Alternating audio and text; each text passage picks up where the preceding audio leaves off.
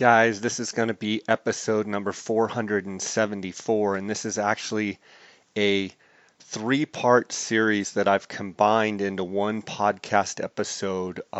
In 2016, I did a interview with Steve Chappell, my friend at Chappell Guide Service and Elk Camp TV, and we basically went over all of Steve's calling strategies and tactics, and I've combined them all here in one episode. And I think you're going to get a lot of value out of this. These were a couple hundred episodes ago, and so I've been able to combine them into one. You're going to get a lot of good value going into elk season. Before we get to this episode, I want to thank the sponsors of this podcast. I want to thank GoHunt.com Gear Shop, the new optics authority, and you probably heard the last episode with Cody Nelson, the glassing guru, and we talked about optics. We talked about his change and move to the GoHunt Gear Shop, being the optics manager. If you have any optics needs at all, give Cody a call. He's going to take care of the J. Scott Outdoors podcast listeners. You can call him at 702-847-8747. That's extension 2. You can also email him directly at optics@gohunt.com. Cody is an unbelievable glasser. He's very knowledgeable and he's very focused on customer service. Make sure to reach out to him if you have any optics needs.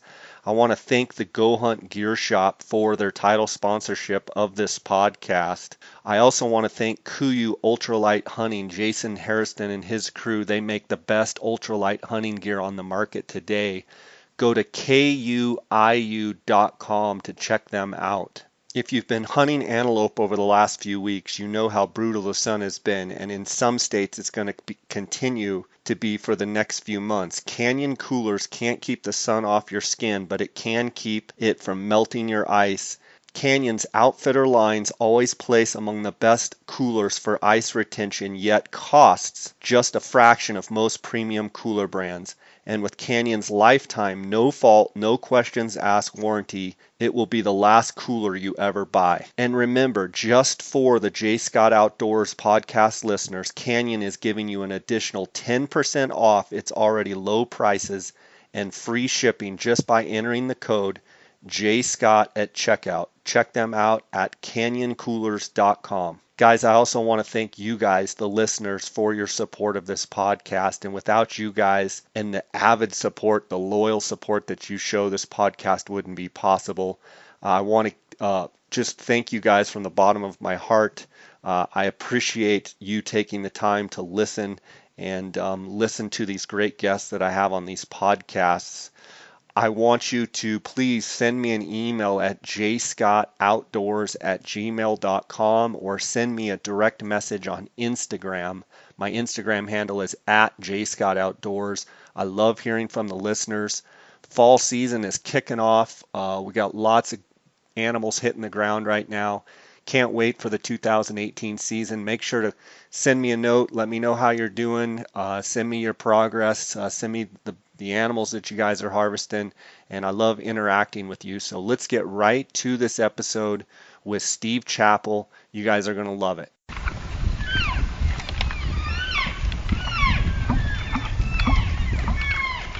If you can swing on him and kill him down there, do it.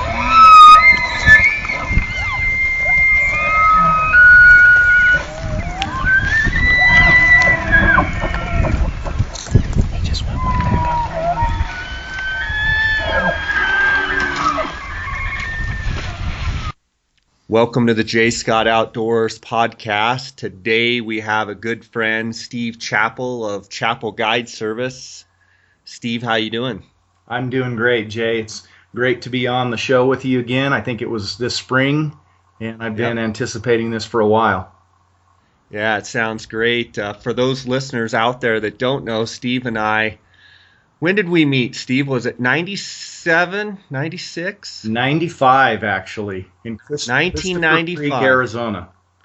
Yep. So Steve's dad had a early rifle permit in Unit 23, and I met Steve and his dad, and instantly knew these guys loved elk, and Steve was an excellent caller the first day that I met him, and I believe you had a hat on that said "Elkaholic," which pretty much. Do you still have that Oh, hat? no way. It was probably one of those choo-choo high hats. I'd be embarrassed to see a picture of that right now, I'm sure.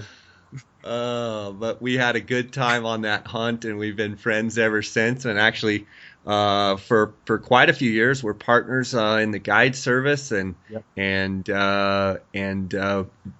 we had some great time filming a bunch of those extreme bulls videos, and we've been dear friends for a long time, and it's great to have you on. It's been fun to really see the success that you've had with the calls that you've come up with and created, and the success that you've had with your elk calling, and truly taking your elk calling to another level, and your affiliation with the Cabela's, and all the different things that you've got going on. It's just great to see someone also a fellow believer in the Lord. It's just great to have that bond with you, that friendship, and also great to see you succeed with your guide service, and all the stuff you've got going with elk hunting and elk calling.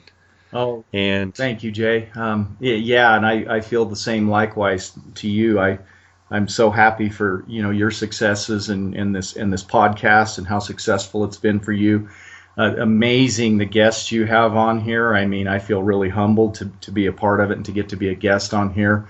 I'm a big fan of it, and I know it's doing great, and you've got a really good thing going.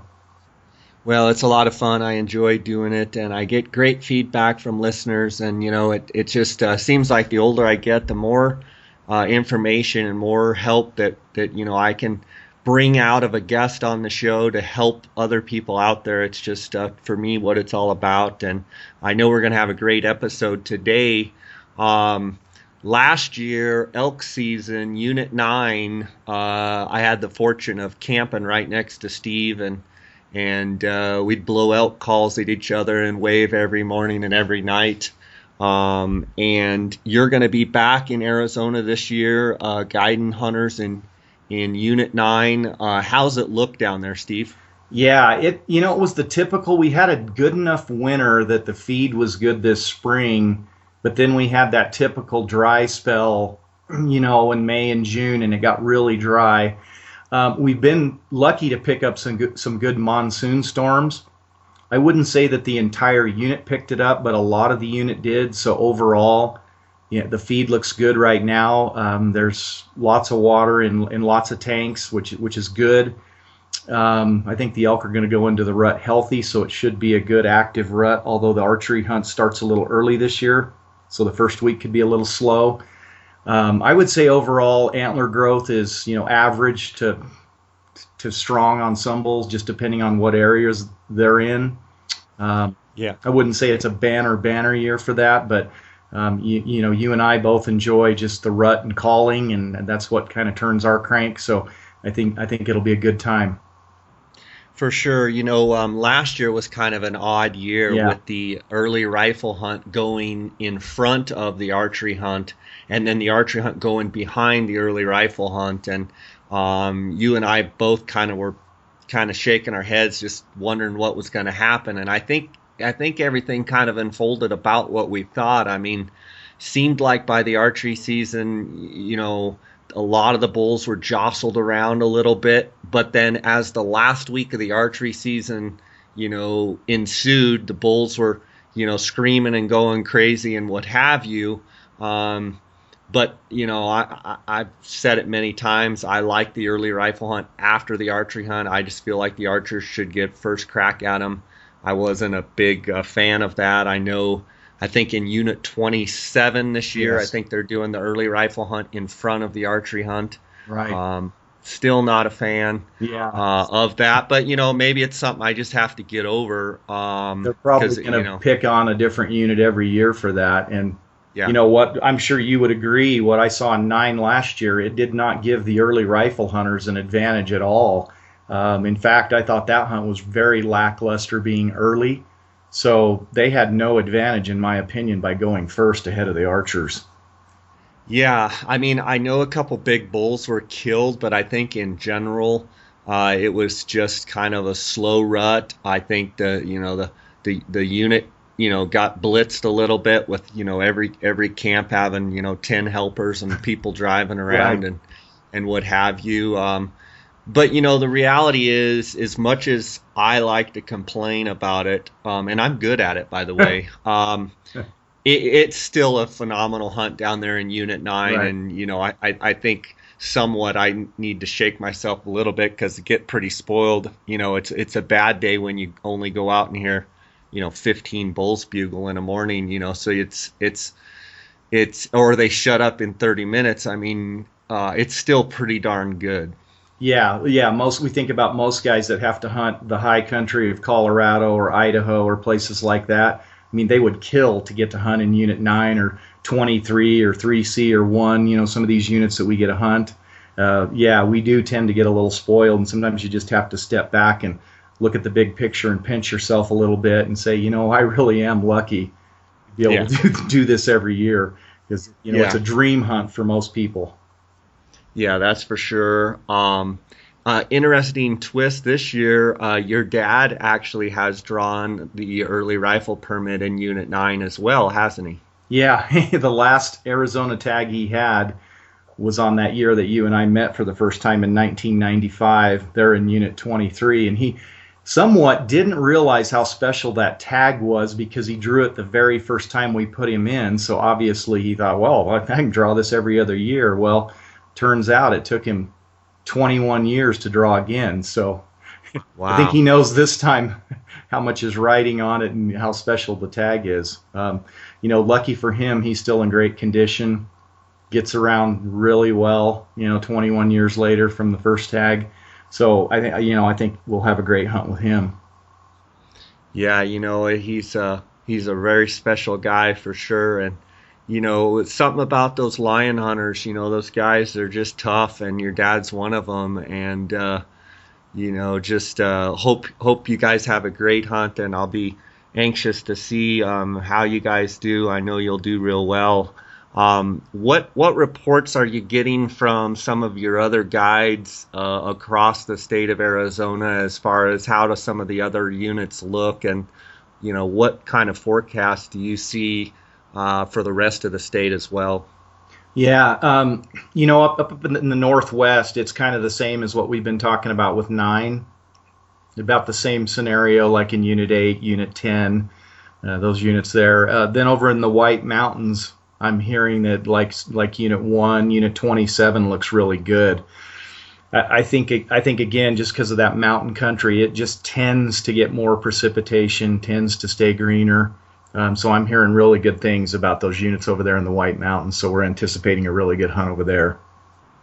That's awesome. Yeah, I'm excited myself. I've probably the guys listening to the podcast are sick of me, sick of hearing about it, but I'm excited to get over to Beaver, Utah, and I drew after 16 years over there, drew the only non-resident Wow. permit for archery elk, and the last time I was in Utah was actually with you over Right. on the Boulder Uh-huh. unit. What year was that, Steve? I was telling someone That was in about it. 2007, Jay. Believe it or not. It's been a 2007. decade. Wow. Yeah.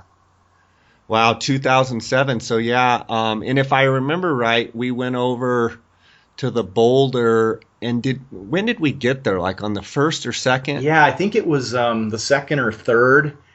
And Okay. I'm sure you remember a lot of the unit where we were able to glass and find elk. The bulls were still bachelored up. Yeah, and I don't remember him bugling No. much. Although maybe the day you killed, what'd you kill on like day 7 or something? Yeah, somewhere in there. I think it was about the 6th of September. I think it was, or 5th or 6th. And yeah, we kind of had to go up in the high country, up in the more aspen and spruce type country, and finally found some elk rutting a little bit and You shot a really nice scored on bull. a bull. Yeah, yeah, it was a nice bull. I thought he was a little better when I shot him, which always tends to be the case. But yeah, he was a nice bull, and man, that was quite a mess getting that bull out. Remember all the rocks and blowdowns and Yeah. everything? That was an interesting pack out. Yes, it was. I remember it was me, you, and Yeah. Nevin, and it was that was an exciting one for sure. Yeah. It was good to have all of us. Yeah, the tracking was another story in and of itself. We we could do a whole we earned podcast it. on that. We earned it. We were hands and knees on that Yeah. deal. All three of us actually. That was pretty Yeah. fun. Yeah, so I'm excited to get to Utah, and it's one of those things. The hunt starts on the 20th of August, and it's like, I don't really have any desire to go hunt a bull that's not bugling. My idea of elk hunting is hunt them when they're, if even if they're not rutting, if they're just bugling a little bit and making some noise and acting like what I think, acting like an elk, then I want to hunt them. Right. So I'm gonna probably go over, let a little bit of the archery deer and the spike and cow and some of that settle down, and go over there and get a couple weeks of hunting in. But that is an interesting dynamic when I got kind of a rude awakening on your hunt. I thought you had told me there was, I think at that time there was like, I don't know, 12 permits, limited entry permits total, and I thought, we're gonna have this whole unit to ourselves. Huh. My goodness, there were quads and archery deer hunters and spike hunters everywhere. Yeah. Remember that? Yeah. Every ridge, it was The thing crazy. I remember the most is that those archery deer and spike hunters, they all seem to have bugles with Yeah, and we decoys yeah and stuff. It was like, are you really hunting deer or what are we doing here? yeah we'd run into a guy and we're like, "You elk hunting?" "No, I got a deer tag," and he's got three cow calls hanging off his neck and a bugle, and I'm thinking, "Oh my Yeah. goodness." Opportunist hunters, right?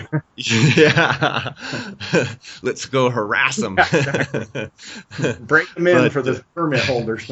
yeah, try out the new bugle. Yeah. Steve, I want to cover today. Elk calling, specifically talking about bugling, talking about cow calling, and have you do some demonstration for us. And before we get to that, let's just take a break here, quick break to hear from our sponsors, and then we'll get right into it. Awesome. Okay, Steve, let's talk a little bit about cow calling. And before I have you do some demonstration, the way I look at it, it seems as though with elk calling, there's like two styles. There's like the buglers and the cow callers. And Right. not that both can't do both, but the way I look at it, most people kind of classify themselves as, cow callers or buglers. I agree. And then there's some people in the middle that say they do it all, but it seems as though there's lovers and there's fighters. Exactly. We've talked about this before, but I just want to get your sense, and I want to get your sense not only from an Arizona perspective, but from you live in Colorado, you've hunted in Colorado your whole life. Get a perspective, a kind of a wide range perspective, and kind of get your thoughts on cow callers versus buglers. And would there be certain situations where maybe you would be a cow caller if you were this, or maybe you would be a bugler if you were, lived in a certain area or what have you? Just wanted to get your thoughts on that. And I also want to say, I'm not saying that one way is better than the other, Agree. because everybody has a different style, but just want to get your whole feelings on the subject. Yeah. I kind of got into elk calling in the early 90s. And I think it was when it was transitioning. You had guys like Wayne Carlton and, Primos was kind of in its infancy as far as, getting into the elk hunting big time. And I think elk hunting at that time was making a little bit of a transition from bugling, where everybody bugled and some guys would have, like a, PVC pipe or whatever they had to bugle with, because the mindset was, well, if a bull bugles at me, I'm going to bugle back at him, and it just seemed like in the early 90s it was making that transition to, hey, well, bulls are not only out there bugling, but why are they bugling? They're actually bugling not to just intimidate other bulls and say, I'm over here, stay away, but they're soliciting for cows. So, people began to realize that, hey, their other motivation is breeding. So it just made sense that, hey, if you could mimic that cow call, that's what the bulls like to hear, every bit as much, if not more than bugling. They're going to like to hear a cow sound and have an invitation for love rather than a fight. And so I think a lot of the reason for my mindset is the timing of when I got into it, is that cow calling was becoming popular. And it seemed like early on, even though I believe I've come a long ways in my calling and still have a ways to go, I had success with it right away. And so, I'm just kind of the mindset, when you have success with something, you stick with what's working. I can still remember my first archery hunt. Yeah, it was in the early 90s, and crossed a river in the dark, hiked up a hillside with the wind currents blowing down to me, got up there a ways on the hill. I had a Primos pallet plate, I think a Sentry plate at the time. I think that's the first call you ever actually gave me, Jay. Uh-huh. Made a couple cow calls on it, and I'll be doggone if a bull didn't bugle up the mountain a couple 100 yards in front of me. So I walked forward another 7,500 yards, got set up, blew a few more cow calls back behind me, and here he came flying down the hill bugling at me. Came right into 30 yards, and I shot and killed him. And I thought, wow, elk hunting is this easy? And you should have just quit right then. You find out that it's not that easy every year, but my very first archery bull happened to be that easy. And it was with cow calling. So I guess that's kind of why I have that cow calling mindset. Now, I will bugle some, and I know guys that have a lot of success with it. And like you just said, I don't feel there's a right or wrong to it. A lot of it is, how do you want to play the game?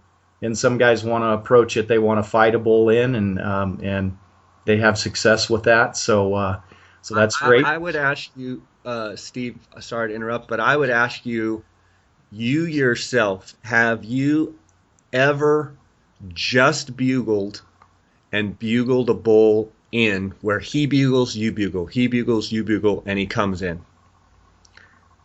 I could probably count that on both hands easily. I have, and it's always been a bull with cows that I've done that with. And to be honest with you, I listened to your podcast, I think it was late last year, with Joel Turner. Uh-huh. And what he was talking about really intrigued me. I think he's on to something there, because when I think back, I didn't know what to call the bugle, or what I was saying, or who I was talking to. But I think he's on to something when he says that bugle, that some people call a display bugle, kind of that raspy lip bally bugle, is a bull talking to cows. And when I've had success and got in close to a herd bull and can't call him in with cow calling, it seems like I've had some bulls just come raging into that call.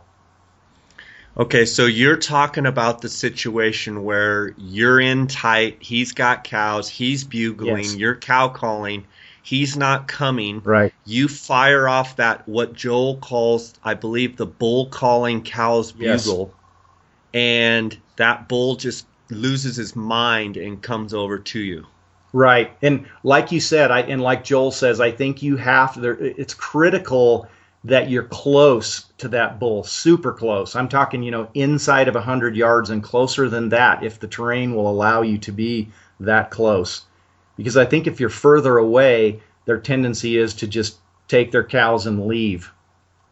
So in other words, you're in tight enough that he has no choice. He either has to push his cows and run away from you and look like a chicken, or he has to stand up and fight. Yeah. In other words, if you're sitting, I think Joel uses this explanation, if you're sitting at a table and a guy's way across the restaurant and yells out, hey, idiot, and you just kind of ignore him. But if he comes right to your table and looks right at you and says, hey, you idiot, or says something to your wife, you don't have a choice other than to either run around the guy and leave the restaurant, yeah, or stand up and slug him in the guts. Yeah, exactly. And I would probably be myself classified as a passive bull or a passive human. it would take that guy coming right up and probably talking to my wife and flirting with my wife right in front of me. Um, but I do think there's some significance to that. And like I said in the past, when I've called bulls in making that sound, I really didn't think that level deeper and realize what was actually taking place there. And I'm going to be interested to try that out a little more this fall. You know, I have a ton of success cow calling, so it's hard to switch up from that. But when I get in that scenario with a herd bull and the time is right, I'm not going to be afraid to try that, you know, and kind of knowing what I'm doing now. Yeah, yeah, for sure.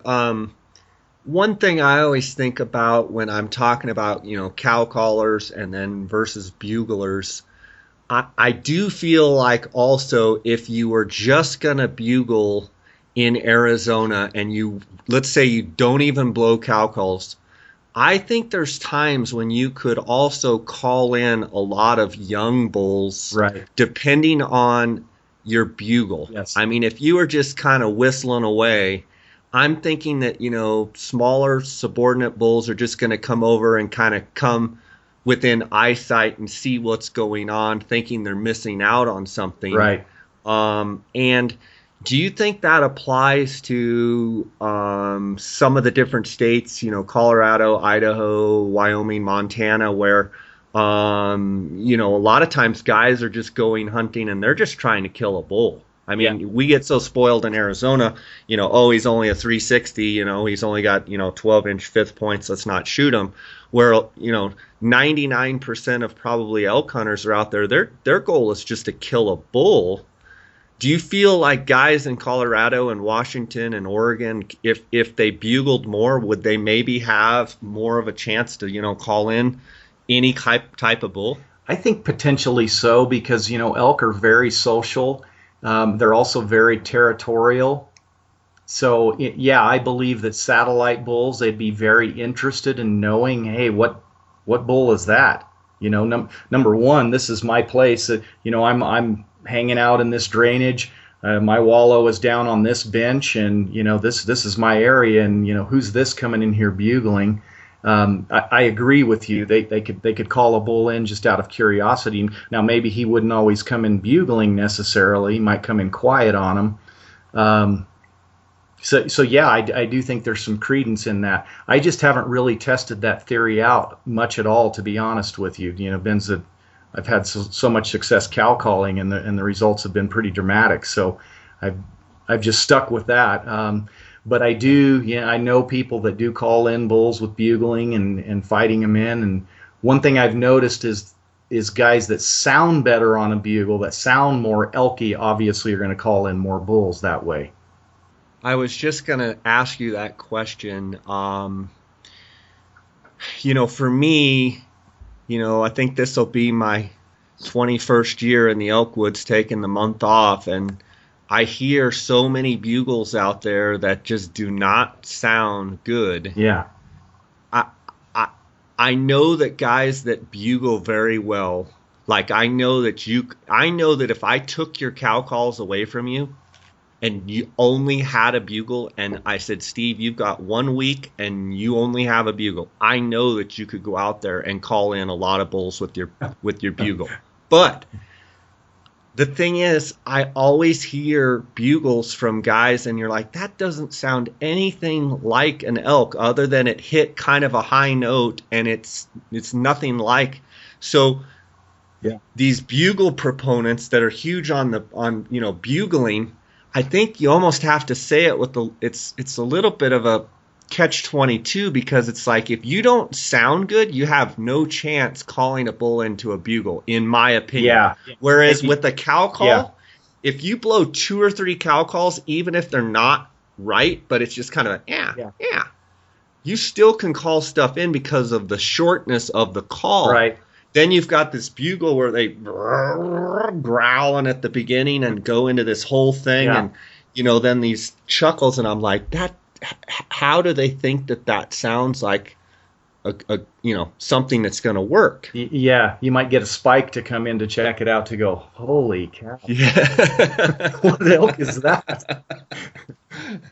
And it's not that I'm picking on my fellow hunter, but I kind of am. It's like, guys, okay, if you're gonna call, you've got to practice, and it's got to sound somewhat relative, somewhat like an elk. Yeah, I think a term that gets thrown around real loosely, and I think mistakenly somewhat, is that elk all sound different. So it doesn't matter what you sound like on a call because the elk sound different. I agree with that to a certain extent. I do believe that elk have different voices and they sound different, but when you're out there and you hear a lot of them, they all have an elk-like quality to it. Right. I And what would you describe that as, Steve? it's it's three with cows. It's three dimensional. It's nasally. Also, the cadence. Humans tend to have a certain cadence that we can pick out. Again, with the bulls, their sounds are very three dimensional. It almost sounds like they're blowing into a 50-gallon drum or something. Just the echo and three-dimensional quality of it, it's just very hard for humans to duplicate. And then that high pitch that they can hit. I just hear very, very few callers that can hit that just real screamy high pitch that those bulls hit. Yeah, I agree. I mean, it's even the best buglers in the world, as good as they are, I still think it's very hard to duplicate the original sound. Where I think some of the best cow callers in the world can, Yeah. you can sound 99.9% of the time just like a cow elk. Where I would say you're a very good bugler, and you're probably 80% of the time you sound just like a bull elk, because it just humans cannot get that bellow. They can't get that deep guttural. They just, it's very, very hard to duplicate. Yeah. Would you agree with that? Yeah, especially that heavy end when a bull stops his bugle, that that Yeah. big, deep, heavy end. Yeah. Yeah, I would say even the best buglers in the world, if you've heard a lot of elk, you could pick a person out. But I don't know that the elk are that deciphering. So, hence Yeah. those great buglers do have a lot of success. For And I'm sure. sure they For sure. call in a ton of people because let's face it, not a lot of people have the luxury of hearing elk all the time, so they can be fooled by real good buglers and be called in. Yeah. Would you say, going out on a limb a little bit here, would you say some of the best buglers in the world, you throw them in Unit 9, are they going to have the success that they've had in other states in some of these pressured areas? Like, and people say, well, Unit 9's not pressured. There's elk everywhere and they're screaming their guts out. Well, there's roads everywhere and they hear all kinds of artificial calls. So in my opinion, I don't like the word call shy, but they know what's real and what's not. Yeah, you're right. I'm curious your opinion on, take, the top 5 buglers in the world that have great success. Do you truly feel that they would have that same success on Arizona state land or public land in, say, Unit 9 or Unit 10 or what have you? I think they might struggle a little bit. They probably would have some success here and there, but I think overall they might struggle a little bit if they've hunted high mountain country where they're used to getting to bulls that other people aren't getting to. And, those elk that they're hunting haven't heard bugling like they do in Arizona. Because you're right. Those units like 9 and 1 and on, they're just cut up with fire control roads. So people can easily get to them and just blow all kinds of calls at them. I've even heard of some guys that are great buglers that do draw a tag in Arizona occasionally. And, they ultimately succeed, but they're stories of struggling, stories of bulls bugling but going away from their calling. So, Right. Yeah, I mean, I definitely think Arizona elk are a little different in some ways, and just like elk and others, elk are elk, but yeah, it's just always something that I toss around in my mind, and I listen to different things and read different things, and sometimes shake my head and think, come try those tactics in Arizona, and that it's not going to work. Yeah. One thing that I do feel like works effectively, because I've seen it over and over and over, is someone that can be a very, very good cow caller can do well, in my opinion, in both situations, Right. or in all areas. If you're a good cow caller, in my opinion, you can get it done in any state in the Western U.S. So what I'd like to do here is let's take a quick break, and then I want to dive into actual cow calling and have you demonstrate both the external and the mouth calls. Okay. Sounds great, Jay. Okay, Steve, it's your pick here, what you want to start with as far as cow calling, whether you start with the external or the mouth call. But you pick it, and then I've got some questions before you start. Okay, let's go ahead and do the external, the open reads. Okay. The one of the things about the open read that I think is very interesting is you can get that real nasally sound. And the listeners, if you haven't heard Steve call, Steve, they can go to your website, chappellguideservice.com, and I'm assuming that it would link to your YouTube channel. You have a bunch of YouTube videos of you demonstrating your different calls, correct? Yes, and there is links off the website, and I actually do have YouTube videos also loaded right on the website on the Elk Call page. So Okay. both And places. and so the matriarch and then the trophy wife are two external read calls that you have developed, you have designed and developed. Can you tell me a little bit about the initial stages of design and what you wanted to get out of the call and what you were looking for?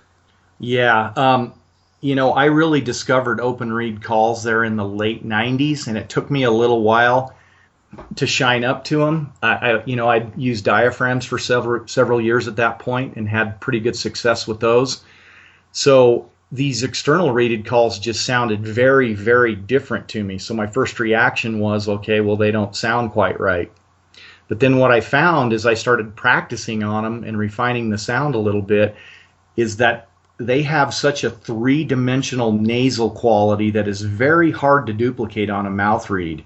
So, there's lots of different open read calls out there, but what I want when I design an open read call is I want it to sound three-dimensional, nasally, and I want it to be sensitive to where I can blow it loudly or softly. And if I can get all those components in a call, then it's going to be absolutely stellar out there in the elk woods. And I feel like with the help of Rocky Jacobson at Rocky Mountain Hunting Calls that we've been able to really achieve that with the matriarch and the trophy wife calls.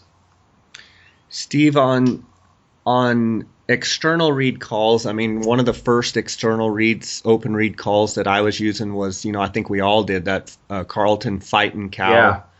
Yeah. And then, there was the Hyper Hot, and there's just been a bunch of calls over the years.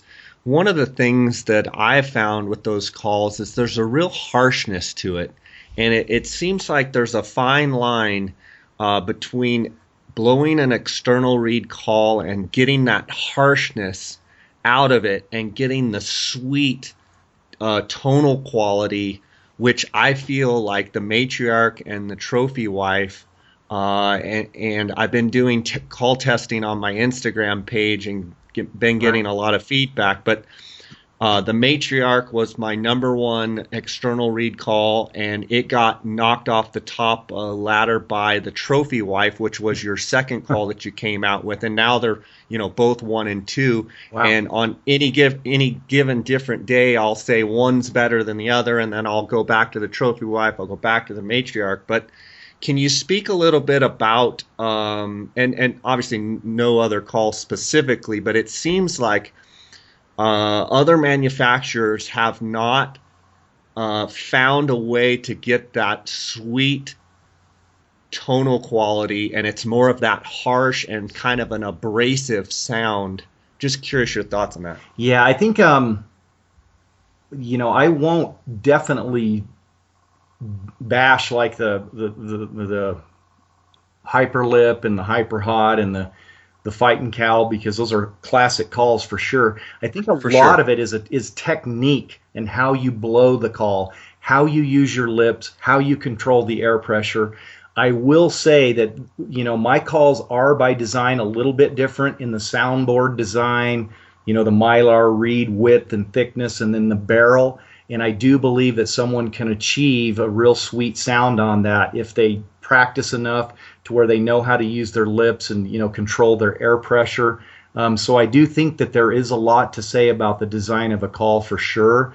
Um, I think a little bit of it is just luck, knowing the sound that you want, definitely having that in your mind, and then trying some different things with barrel design and soundboard design, and all of a sudden you get it just right. And when you hear what you've been looking for, you know it, if that makes sense. Yeah, I mean, absolutely. And it's been fun to watch you refine.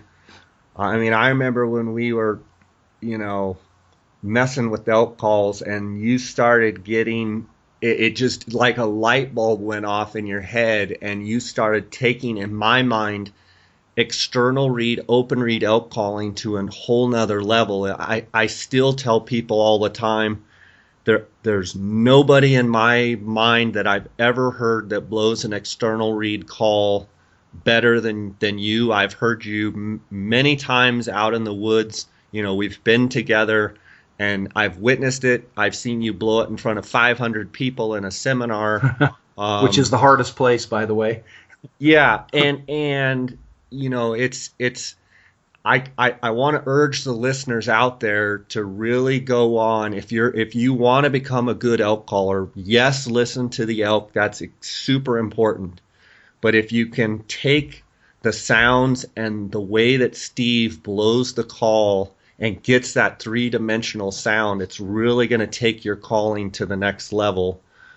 Steve, why don't you demonstrate some open read calling now that I've built this up? No pressure, right? Yeah, no pressure. There's only 1 million people listening to this, but why don't you kind of walk through some of your calling, maybe talk about some of your sequencing, maybe blow it in a way that you hear people blowing it or that you've blown it and you say this is not how it sounds, and then maybe blow it and say this is what I'm searching for. Okay.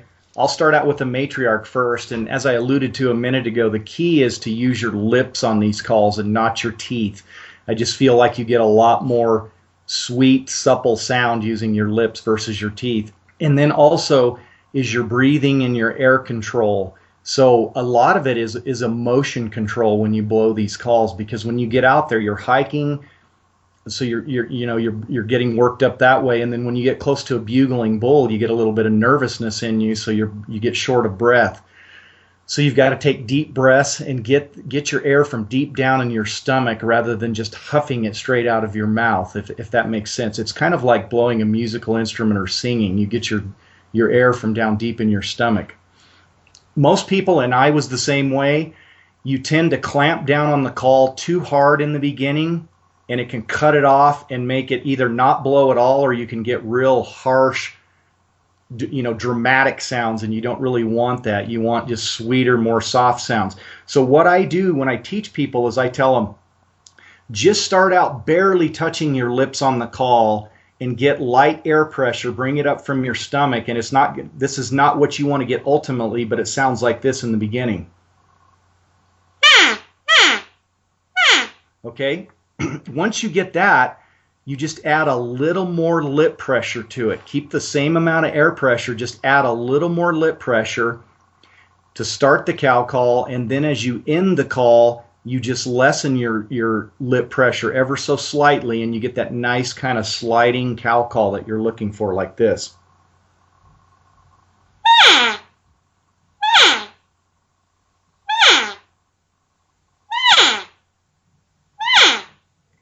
Just something like that. And I found that the most common human sequence is something like this.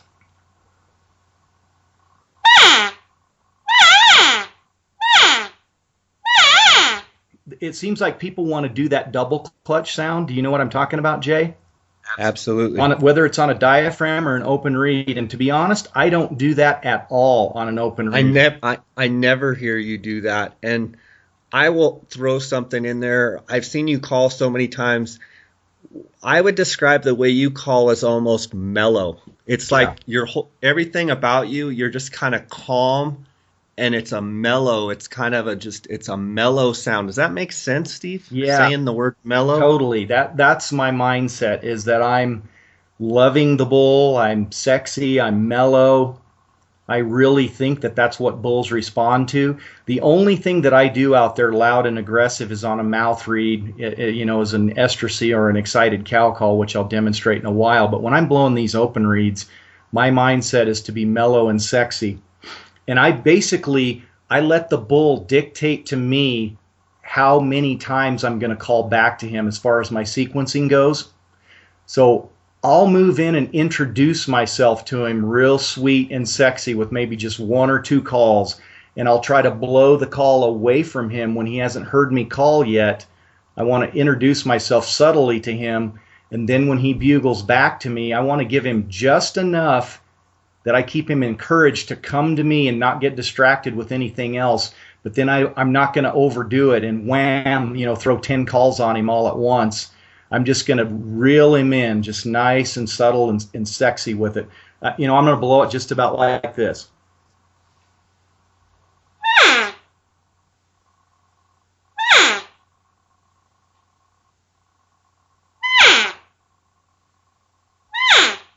Just something like that. And again, I might blow, say 1 to 2 to maybe 3 calls every time he bugles, and that just seems to be the magic formula, at least for me anyway. Steve, I know I've talked a lot on this podcast with Chris Rowe about specifically what elk are saying and trying to figure out their language as far as what they're meaning to say, what different sounds mean. But I know you have a little bit different take. I know just from being around you enough, you don't necessarily get into exactly what you're saying to the elk.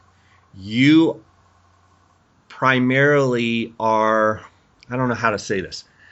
Yeah. Can you speak to do you understand kind of what I'm getting at? You're not exactly, and like I said, everybody's got different styles. Chris Rowe is, he's a wildlife biologist, and he studies animal behavior and does a phenomenal job. But you have a little bit different style, and that's not to necessarily try and interpret everything that the elk is saying. You have a different style.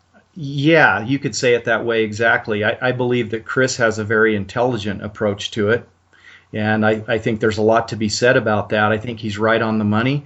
I think maybe you could say I have a little more of a caveman approach to it versus Chris. And, you do learn a lot from listening to Chris. I believe that there's, a ton to be learned and gained from him.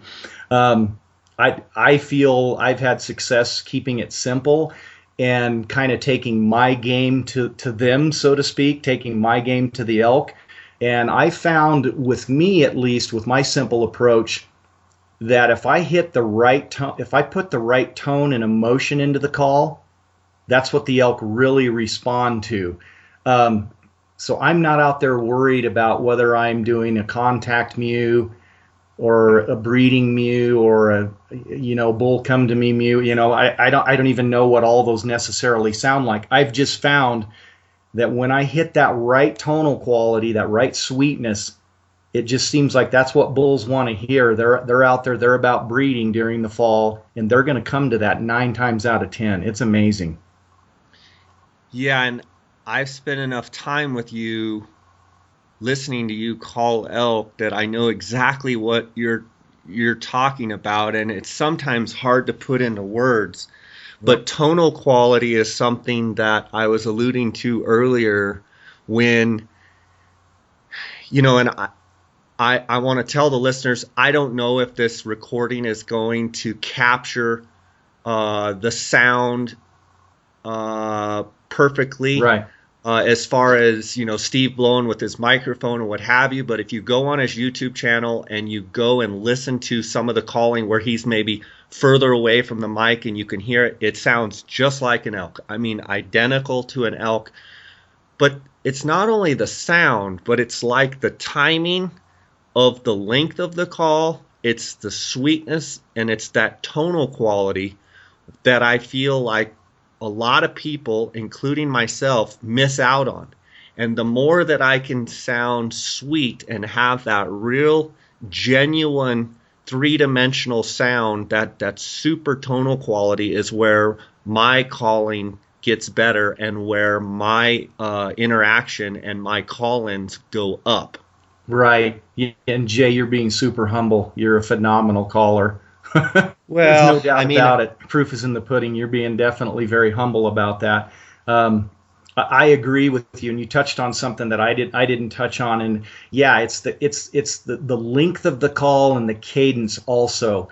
One thing that I've noticed is when I listen to elk a lot, there's times when I've tended to blow a cow call too long, and it's a fairly short call.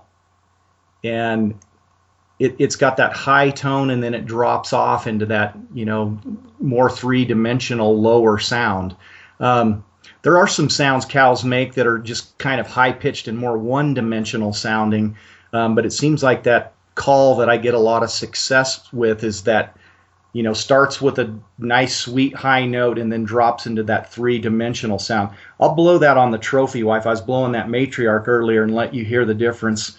I think you mentioned on a podcast earlier that you like this trophy wife because it just has pizzazz to it, is the word that you used, and I think that's the perfect term for it.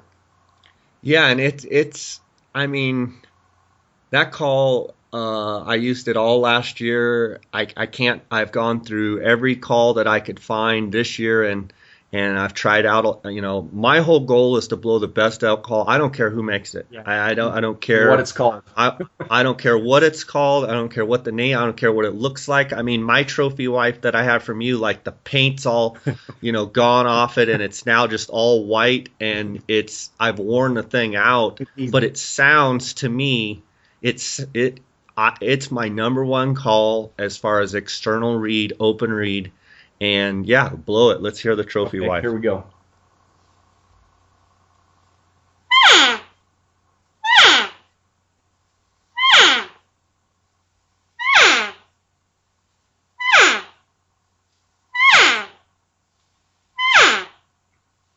Yeah, it's just elk. It's just got an elky sound, and it's not me. A lot of how you sound on a call is just the design of the call, and there's just some calls by design you just can't get good elky sound out of them.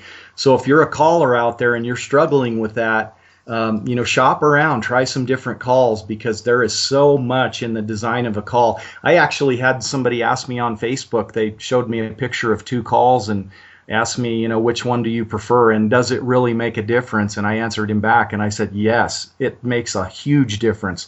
Your technique is a ton of it, but the design of the call, good or bad, is going to limit what you can do on it. Yeah, and like we've talked, I mean, everybody has different styles. Some people use their teeth, some people use their lips, some people use tight lip pressure, some people use, so not every call is going to work for every person, but I can tell you that I've tried every external read call there is. And there's something about, I don't know if it's the shallow soundboard, and I don't even know if shallow's the right word. I don't know if it's I don't know if it's the curvature. I don't know if it's the width of the mylar, the thickness of the mylar. I don't know, but I can tell you that I feel like the best sounds I make are on the matriarch and on the trophy wife. And if I had to pick one out of two, trophy wife is slightly better for my taste. What would you say, if you had to just pick one, would you ever just pick one, or do you think you blow them the same? It's kind of funny. I will have a call that I call my sweetie, and that can vary from day to day or week to week that I feel confident on, that just breaks easily and blows easily for me. Last year, for the most part, it was the matriarch. But I'm kind of like you. I'm getting more and more partial to that trophy wife. First of all, I like the name better. Secondly, I think you nailed it right on the head when we go back to talking about it, just having that pizzazz. It just has a lot of life in it. And like I was talking about, it just means so much when you get that right tonal quality and right emotion in a call. It just really seems to trip a bull's trigger. I can remember specifically one time blowing the matriarch and having a bull bugling at me. He was probably 120 yards away. I was plenty close to him. He bugled several times, and then I could tell he was losing interest and his bugling was getting less aggressive. And I switched over to the trophy wife, and bam, his emotion went up the charts, off the charts, and he came right in. Just that little bit of tonal quality difference. And it could work the other way around at different times. The matriarch might be what they want to hear. But I always think that the more elky your calls sound, the more success overall you're going to have. So, if your calls sound elky and you're blowing them sweet and sexy and three-dimensional, you might call in on a good day, you might call in 8 or 9 out of 10 bulls versus 1 or 2. And what you might think is success, calling in 1 or 2 bulls, your success may go way up if you get the right call, put in the right amount of practice, and get to sound really elky on it. It might blow your mind how successful you can be.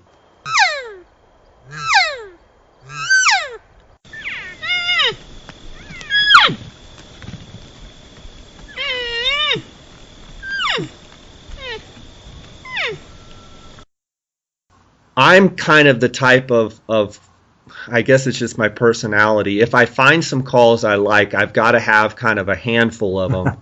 And right. I feel like you talk about your sweetie. I kind of have my sweetie too, but sometimes the sweetie changes. And I've found where if I have 4 or 5 different calls, 4 or 5 matriarchs, 4 or 5 trophy wives, that they all, even though quality control and they're the same call and they sound good, sometimes one will sound a little better than the other, and then you may go another week and it's been in your pocket or whatever, and you pull it out and you're all of a sudden, bam, you're just sweet, right. sweet, and you're like, oh, now this is my sweet. Absolutely.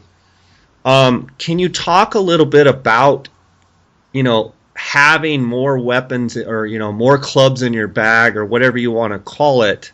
While I feel like, I could tell someone, go get a trophy wife and just have one call and they're going to do great.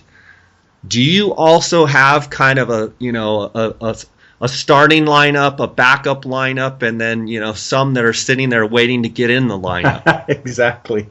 The bench warmers. Yeah, I do. I'm guilty of that. Because like you said, every call is supposed to be the same, but there can just be tiny little subtle differences. It can even be down to like the castration band on the call, which on the matriarch and the trophy wife is that green band around the call.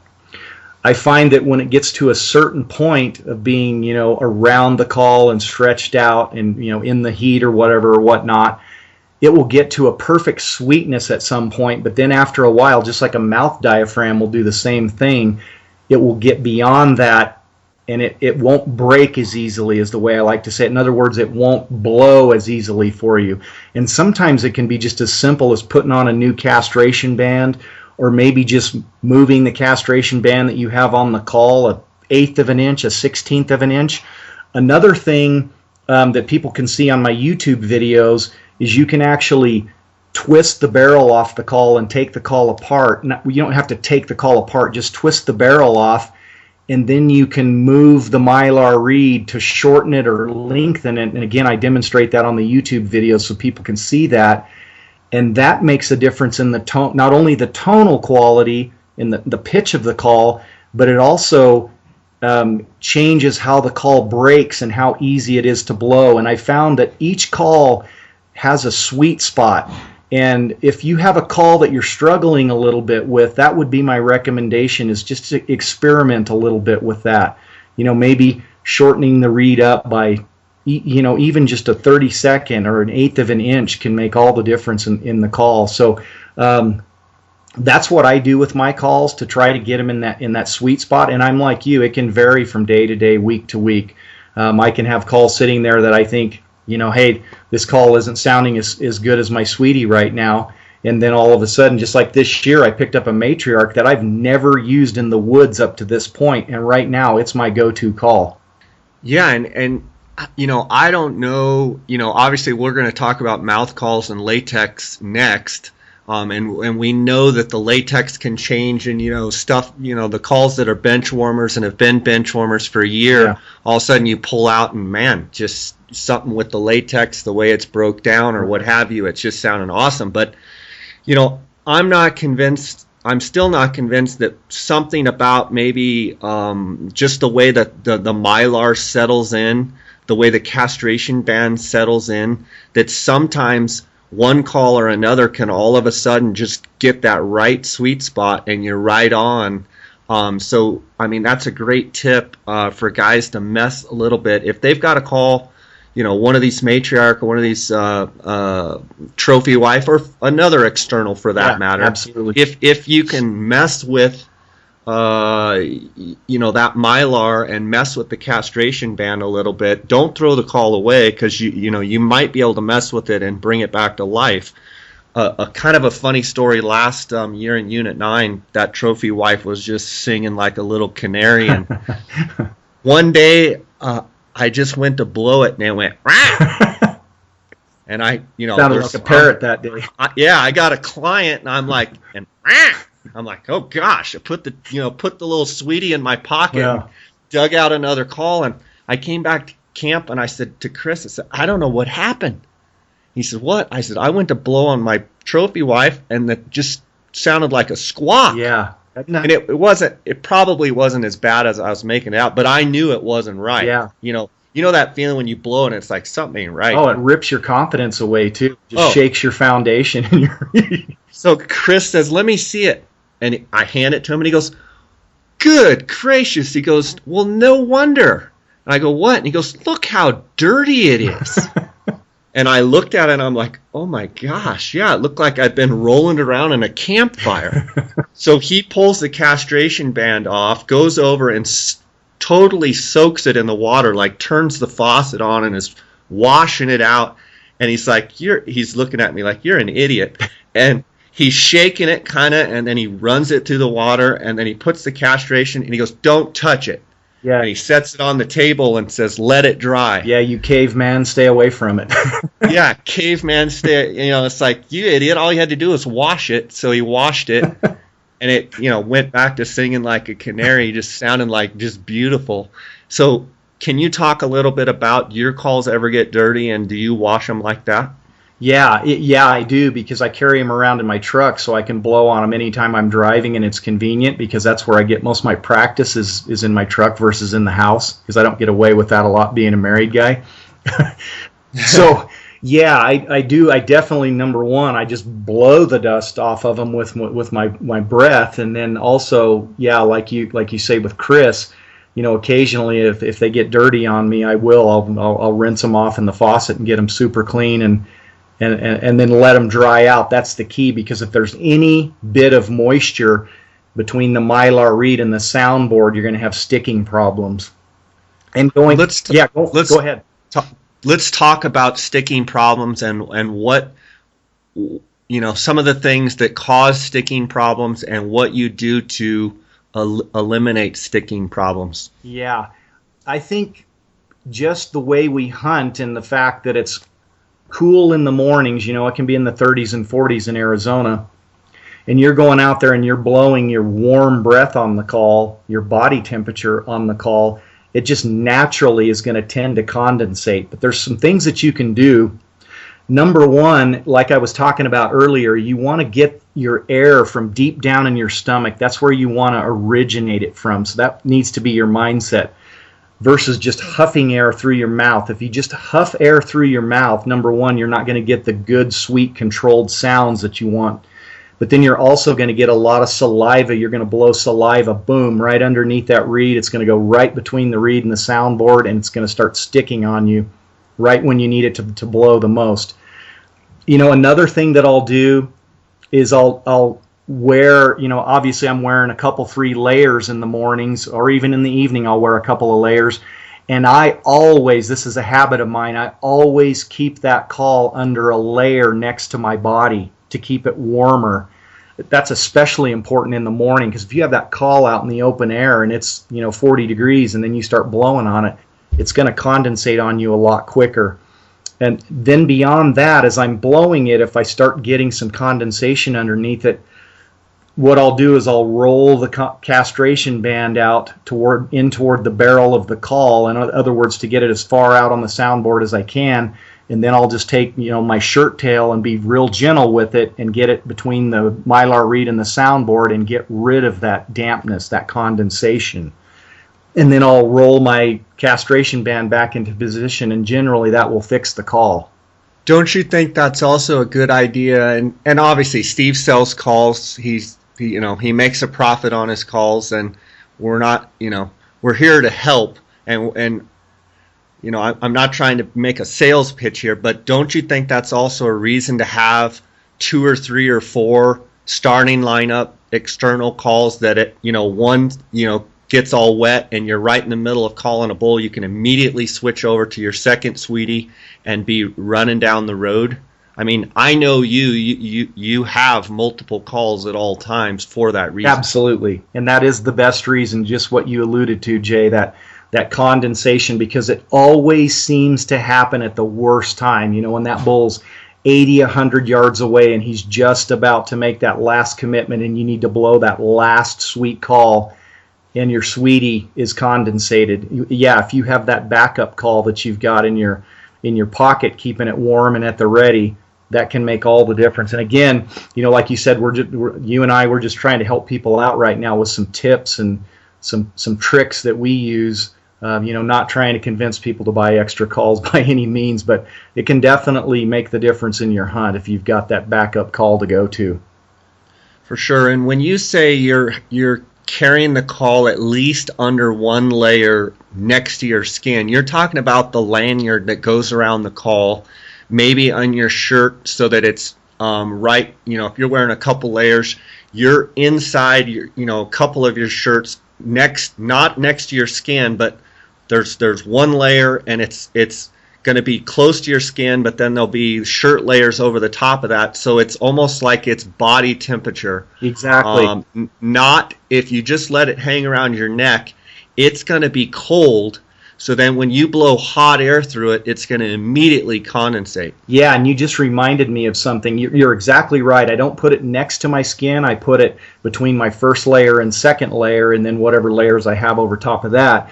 So that's where I carry the call. Also, keeping it warm and up to temperature not only alleviates the condensation problem, it makes the call sound sweeter because that reed is warmer and it gives it a different... I don't know how to say it other than it's going to vibrate and sound different when it's warmer versus cold and brittle. And I also think when it's warmer, it's more forgiving, meaning Yes.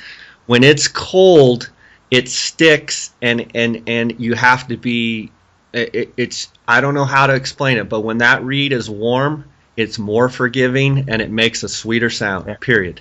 That's it, 100%, absolutely. Okay, Steve, why don't you go through, blow the trophy wife and matriarch a little bit more for us, and maybe kind of go through maybe some sequencing, or maybe just kind of blow it so we can hear it. And then can you demonstrate what you hear other people doing that you think is a mistake? You've already touched on the double clutch, the double call. Yeah. But I want you to demonstrate kind of that harshness, that kind of, you know what I'm talking about. Okay, let me try to do that. It's a little hard because that's not how I blow the call, but let me try to make it sound a little harsh and brash right now. This is what you're not looking for.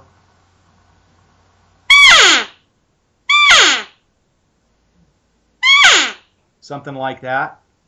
And then when you use your lips and really control your air pressure, this is more what you're looking for.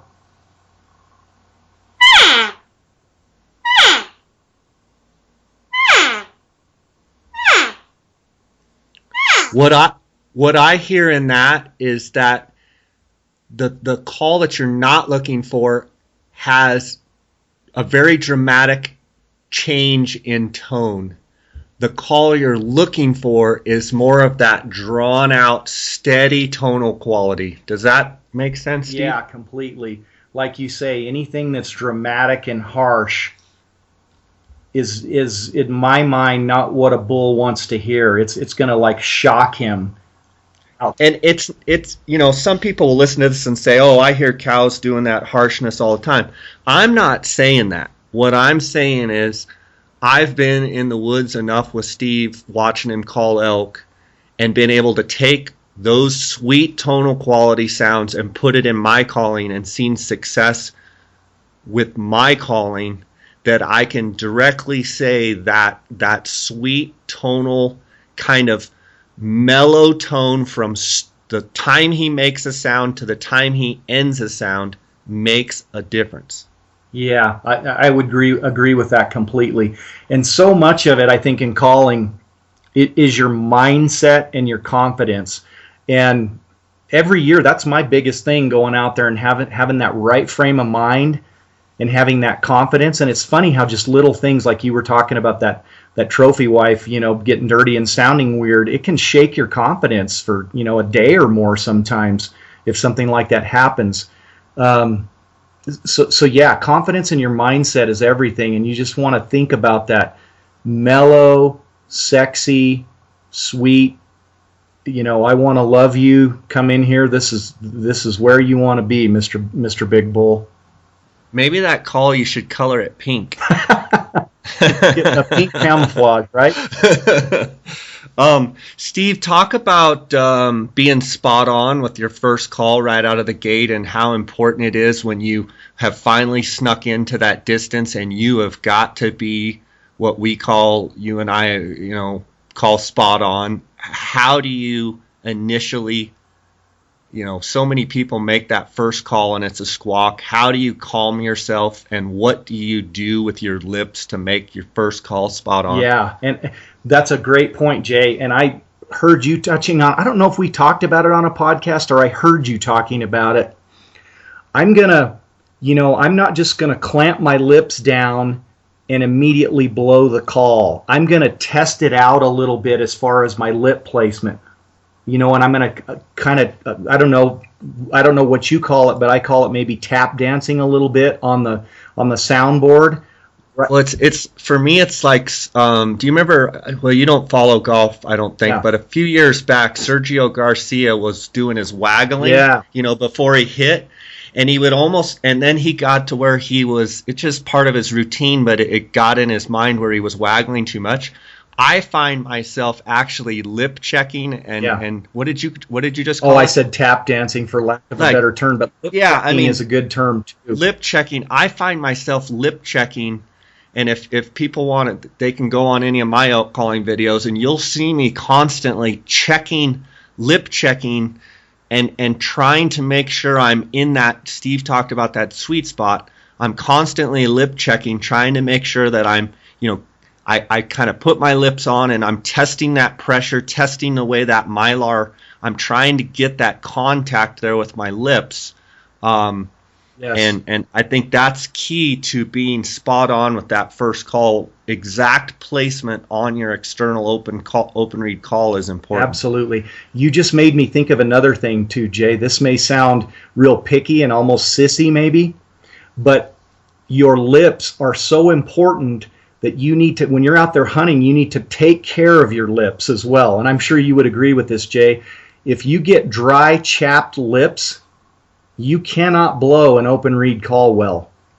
So I always have, again, this is going to make me sound like a pansy, but I always have, some type of lip product, like Dead Downwind has chapstick, scentless chapstick. I mean, I've even been guilty of using chapstick myself. I'm a chapstick, Yeah. 365 days a year, I usually have 2 things of chapstick in my pocket because I freak out if I lose one, and I never want to go without my chapstick. But it's a great point. If your lips are chapped and dry, you can blow an external reed call, but you can't feel that mylar. And I want you to talk about when you're blowing your call, your upper lip is actually tight, but you are managing the vibration of that mylar reed, and your lips cannot be dry and chapped and feel that vibration, because what you're really doing with your lip pressure is you're managing that vibration, right? Exactly. And I'm basically rolling my lips top and bottom around my teeth. I'm not just putting them straight down on the call with my lips sticking out, so to speak. I'm rolling them around my lips, and that tightens them up, and it gives you that just right pressure and just that supple feel that you need to get that right sound out of the call. So, managing and taking care of your lips is very important.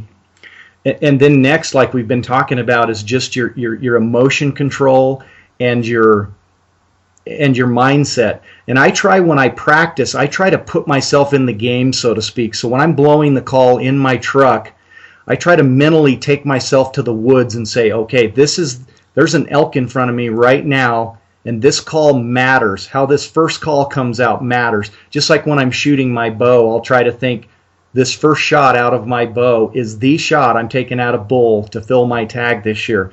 I try to take the same approach with my calling and not just squawk away when I'm practicing, but really make it meaningful. And then I think what that allows you to do is when you get out there in the elk woods is, I think I mentioned this on another podcast of yours, you can take yourself back to that place. You can take yourself back to being in your truck and that meaningful practice that you had, and put yourself back there in your happy spot, so to speak, in your comfort zone. And that helps you so much emotionally when you're out there to be able to control your emotions, because that's huge in getting that first call to come out and sound right. Yeah, let's hear you do some calls now. Okay.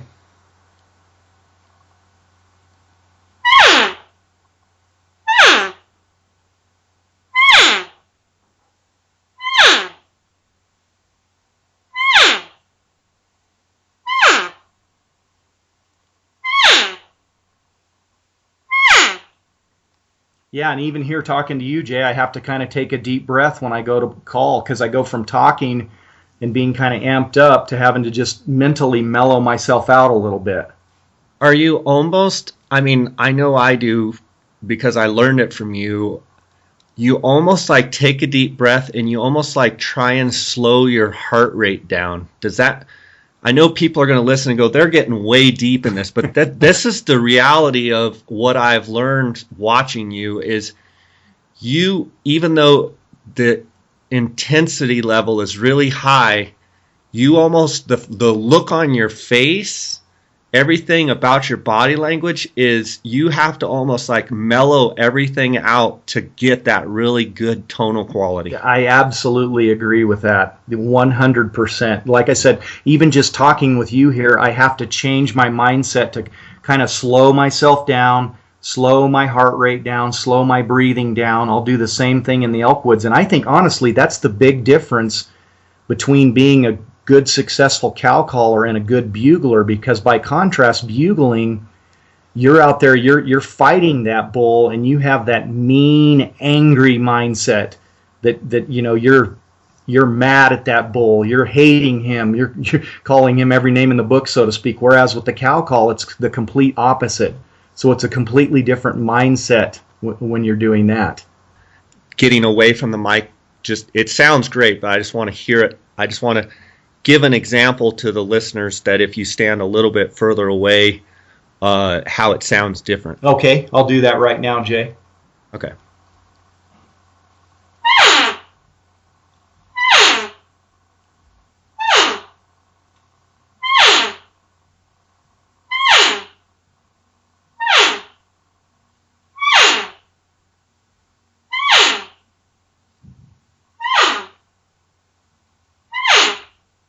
Does that sound a little different? That sounds really good. Yeah, it just it. Once you got away from the microphone a little bit, it captured a little bit more of that, mellow, sweeter tonal quality sound. Just because you know how microphones screw everything up, even on a camera when we're filming and calling elk and stuff. Exactly. If you're running the camera and calling, it doesn't sound as good as if someone else is running the camera and you're 10 or 15 yards back. No doubt. I want to talk about. While we're at it, I want to talk about the glove, and I hate to give away a double top secret, but tell me about the glove and why your hand placement is so important on an external reed call. That's crazy because I'm wearing it right now. I know. I figured you were. You do. Yeah, that is top secret. So we're really giving it away to the listeners today. Yeah. I like to wear a thin set of cotton gloves when I call, not necessarily to keep my hands warm, but it's for the tonal quality that you get out of the call. I believe it just softens it up a little bit, dampens it just the right amount, not necessarily muffles it, but just dampens it just a tiny bit. And these gloves that I have on, they're just a thin pair of cotton gloves, and they have that on the palm and the fingers where you're going to be gripping the call, they've got those dots for gripping versus just the cotton, because the cotton can be just slippery. I'm sure what people know what I mean by those dots. Do you know what I'm talking about, Jay? The little rubberized kind of dots that just give you a little bit more grip. Exactly. That's it. So that's a big top secret for me. And then also how I'm gripping the call is I'm taking and I'm putting the barrel between my thumb and my forefinger. I'm actually encircling the call with my thumb and my forefinger. And then most of the time I'm keeping my lower three fingers down to my pinky open and blowing the call like this.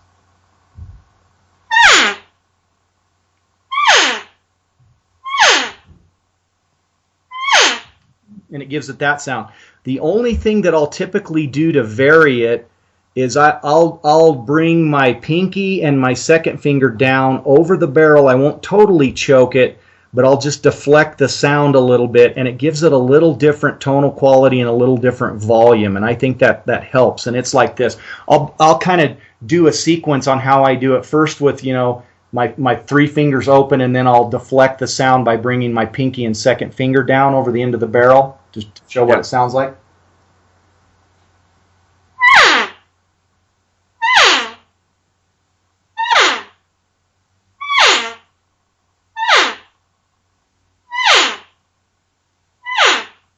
Yeah, just something like that. To me, it dampens it. Yeah. I think that's a great word that you used, and I think it's part of that sweet tonal quality that you're able to get.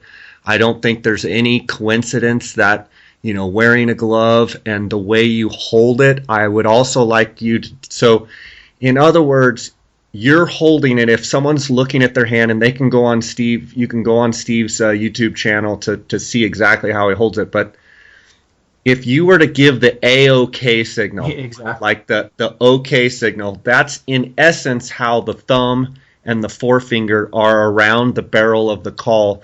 But I'm going to say you're probably making a little bit more of a circle with your forefinger, so it's totally around the barrel, and then almost like your three fingers are kind of sticking up just a little bit. And when Steve's talking about his pinky and his ring finger, he sometimes will cup that down just a smidge, not actually over the call, but just so that the sound coming out of the barrel hits those fingers and it dampens it just a touch. Is that a good explanation? Exactly. That's perfect. Yeah, you hit it perfectly.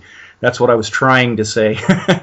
And Steve, how tight are you squeezing, and does your hand pressure making the A-OK signal around the barrel, does it ever get tighter or looser, or do you typically, I'm going to guess you have a fairly loose grip on it? Exactly. Yeah, I keep a fairly loose grip, just enough of a grip that the call doesn't fall down on the ground or off on the lanyard. And I think that that goes back to just my mindset of being relaxed. I feel like if I keep my hand relaxed, my grip is relaxed, it just goes right along with how I want to blow the call, nice and mellow and relaxed. I feel like if I tighten up and choke the call with my hands, that's going to tend to translate into how I'm blowing the call. And Steve, I see people blowing with their hand more in a fist shape. Can you blow that call and try and make that sound that you know what I'm talking about, where you see it, people blow a closed hand call, and just show people the difference? So maybe blow like 3 or 4 notes with a closed hand and then go back to your grip. Okay, you bet. I'll do it with the closed hand first. Okay.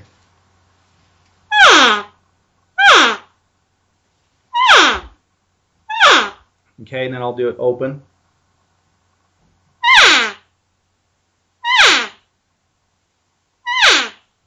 Yeah, I think what you do in effect by choking the call down is you take that pizzazz away from it and that little bit of excitement in the emotional aspect of the call by over choking it. For sure, for sure. How much do you, we're going to talk about mouth calls next, but how much do you rely on your external compared to your mouth call? If you had to say for a whole season, 50% with one, 30% with one, which do you tend to lean on more with your cow calling, external or mouth? That's a good question. And it does honestly vary from year to year. I'm probably the most sensitive with my mouth reads as far as my confidence level goes.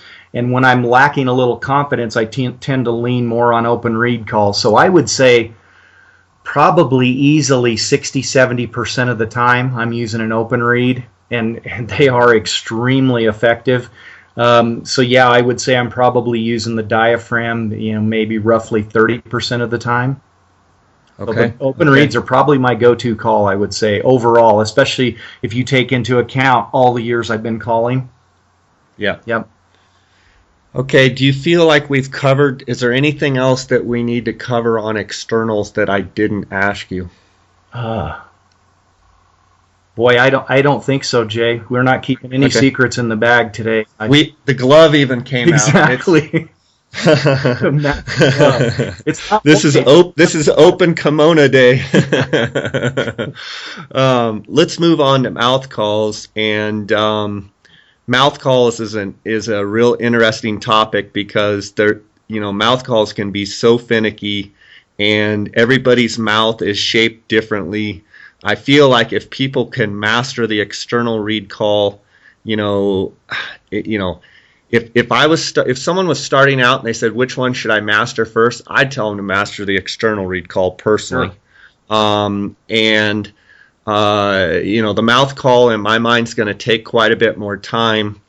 Let's dive into the mouth call here. Specifically, let's talk about mouth calling, cow calls. You make 3 calls: the closer, which is the red reed, or red call, the challenge mouth call, which is the blue reed, and the estrus excited, which is the orange diaphragm or orange reed. Talk a little bit about your style of mouth calling and kind of how it's progressed over the years. Okay, you bet. Yeah, I started out using the typical classic, original style calls, which did not have that palate plate, which came out, I believe, in about the mid-90s. And Rocky Jacobson was actually the one that invented the idea of that palate plate. And then Primo's bought the patent rights and, started out manufacturing those. And I think that's where you and I first really started and got into elk calling. I think my very first mouth diaphragm was actually a Larry D. Jones. But then when you and I met, you gave me one of those Primo's palate plates, and I just fell in love with that right away. So, and actually, I think for the record, I believe it was a black Primo's palate plate single. Century plate. I forget. Century plate, okay. Black. Yep. And For the record, I think it was actually used when I gave it to you. Yeah, we must have been good friends right off the bat, right? But as soon as you put it in, you were like, "Where did you get this?" Yeah. It just to me, that palate plate makes such a huge difference in the consistency of the call, the ease of getting, being able to use light air pressure to get sounds out of it. Just technically, it was a huge breakthrough in mouth diaphragm calls. So I knew, back then I had no intention of ever, making elk calls, but when I got into that position to work with Rocky on these, there was no doubt in my mind that we were going to incorporate that palate plate design into these calls. Each one of them is a little bit different. If I had to say, I probably lean more on that orange estrus excited reed the most because I'm a cow caller. I do really love the red and the blue for bugling. Those are more built for bugling. The red call actually is kind of a hybrid double reed. It's got a full single reed, and then it's got a cut on the second reed, and it makes the call just a little more durable for the abuse of bugling. And then you can even use it for aggressive cow calling as well once it breaks in a little bit. Steve, I remember back in the day, and this is going way back, when Primos was sending you and I boxes, literally, hundreds of calls and diaphragms and mouth calls to mess with and try out and give feedback. And you were on the Primos Pro staff, I believe, at the time, and right. It's one of those things that I remember you taking surgical scissors on a double reed palate plate or whatever Primos called it, the patent that they had bought from Rocky. And I remember you cutting that V-cut and cutting those flaps off. And I remember you saying, "What do you think about this?" And I believe you cut me a handful of them. And that was the start of, I believe, the hyper plate. What was it? Hyper plate, yes, with Primos, which was the blue diaphragm. And to me, what do you I blow a single pretty much now, mostly. What do you think that double reed does as far as you did a diamond cut and that double reed does as opposed to a single latex? What's the difference? Yeah, when it's a full double, so I knew right away blowing on that call that that's not the sound that I wanted, and I didn't want to have to put that much air pressure on a call. We're talking about single and double and maybe the differences there. Yeah, on that double reed that I initially tried, which was a prototype, I just found right away that it just took a lot of air pressure. It kind of reminded me more of those wide-framed original diaphragms that I had first started on. And I wanted, to be able to blow a call with less air pressure and get more subtle sounds out of it when I wanted to. So I don't even know why trying to, using those surgical scissors and trimming that second outside reed, it just, for lack of a better term, it opened the call up and it allowed it to be easier to blow, but yet it still retained a real nice full three-dimensional tonal quality. I think to me the main advantage with that call versus a single reed is you're going to find bugling is that it's going to be more durable. So when you're out there in the elk woods, the call is more likely to last, a week or a full season for you hammering on it bugling if you're a bugler, versus just a straight single reed, which, as you know, the more you pound on it with bugling, you're using more tongue pressure, so it's stretching the latex more. It's going to cause a single reed to kind of lose its sweet spot, so to speak, quicker, in my opinion. Yeah, I totally agree. And, I used to take those double reeds because I wanted the latex all to be one, not like a turkey call where you have reed separators and you want that right. Each latex to act independently. Like on a turkey call, you've got a lot of, breaking and cutting, and you've got a lot of choppiness, whereas in an elk call you want that sweet that sweet tonal quality. You don't want the call to break. I used to soak double reeds in Coke or Sprite, Yeah. pull them out, and then let them dry, and that sugar, or I'm not sure if it was the sugar or the syrup or whatever, stuck those latex together. And I would offer that tip out there to guys. I think I've said it before on other episodes that Yes. if you're blowing a double reed, excuse me, let me get a little drink here. You can actually get those reeds to stick together and ultimately sometimes sound better if they act as one. Now, keep in mind, if you do soak it in anything, it's going to break the latex down. Right. So you could pull it out of the Coke and it's like cracked. Yeah. And or another thing is to keep chapstick away from the latex, because anything that's going to break that latex down is going to change the sound or change the qualities of that latex, which is ultimately going to give you a different sound. And if you've got a call that's sweet, the last thing you want to be doing is drinking a Coke and then pop that call in, because it will change the call. Absolutely. I'm guilty of doing that soaking experiment and doing it for too long on several of my mouth reeds, and actually wrecked some of them by doing that. But again, it was because I left them in too long. I got distracted, and I wouldn't even know, Jay, you might know how long to leave them in, or maybe not, but I can't give a guy an exact time on that. I always just put them in there, let them soak for a minute or two, Okay. and then I pull them out. I don't put them back in my mouth. I put them right on a table and let them just dry with that syrup and sugar on there. And there's no exact science. I've done it with Sprite. I've done it with Coke. I've done it with 7-Up. I don't drink any or Dr. Pepper. I don't drink those anymore. I haven't drank those in probably 10 years, but it does mess with the latex, and I will tell people that if they have a bunch of bench warmer, mouth calls that are not good, that's one thing you can try, is soak them a little bit and see if that changes the dynamics of the latex. Let them dry and then blow them again, and you might have to soak them 2 or 3 times, but I've resurrected calls that sounded, weren't even in the, didn't even make 4 string, and all of a sudden, 2 weeks later, they're my number one call. So mouth calls can be very finicky. Yeah. Steve, why don't you blow some of your cow calls and kind of walk through how you do it, and then of course there's an unbelievable sound that I feel like you are the only one that can capture this. Well, you're not the only one that can capture the sound, but you're the best I've heard capturing that excited, estrusy sound.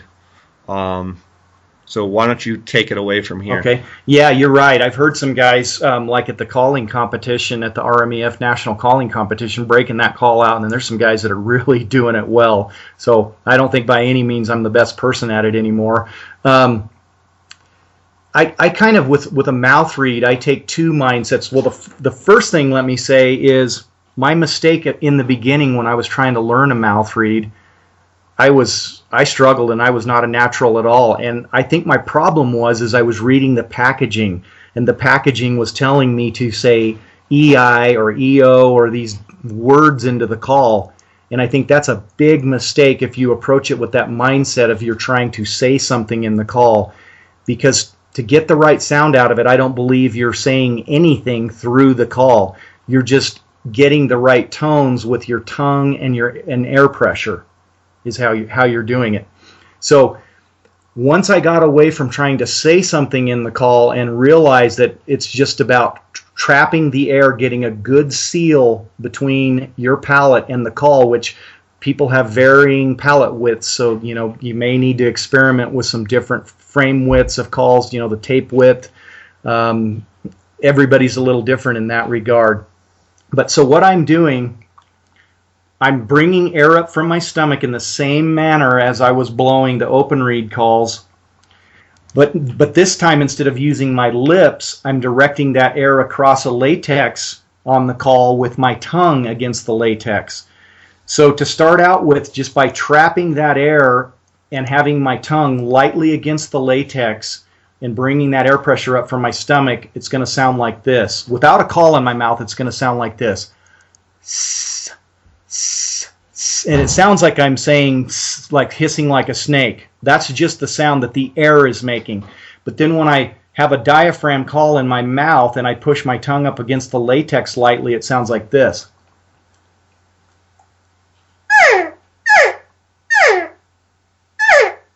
Okay, and again, just like on the open reed call, that's the start of the call, and then just by adding a little more tongue pressure to it, you're going to get into that cow call sound.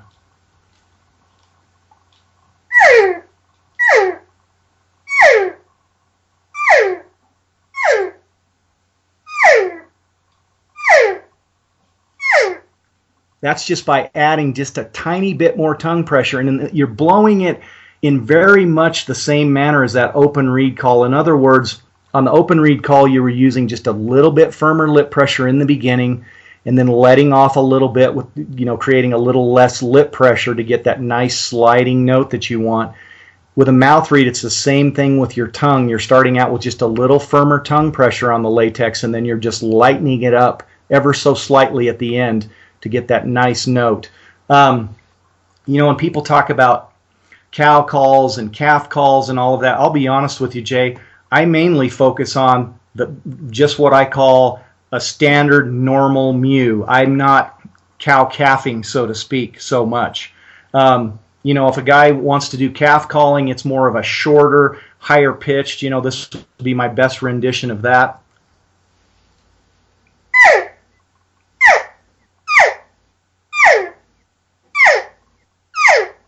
Versus cow calling, which is more.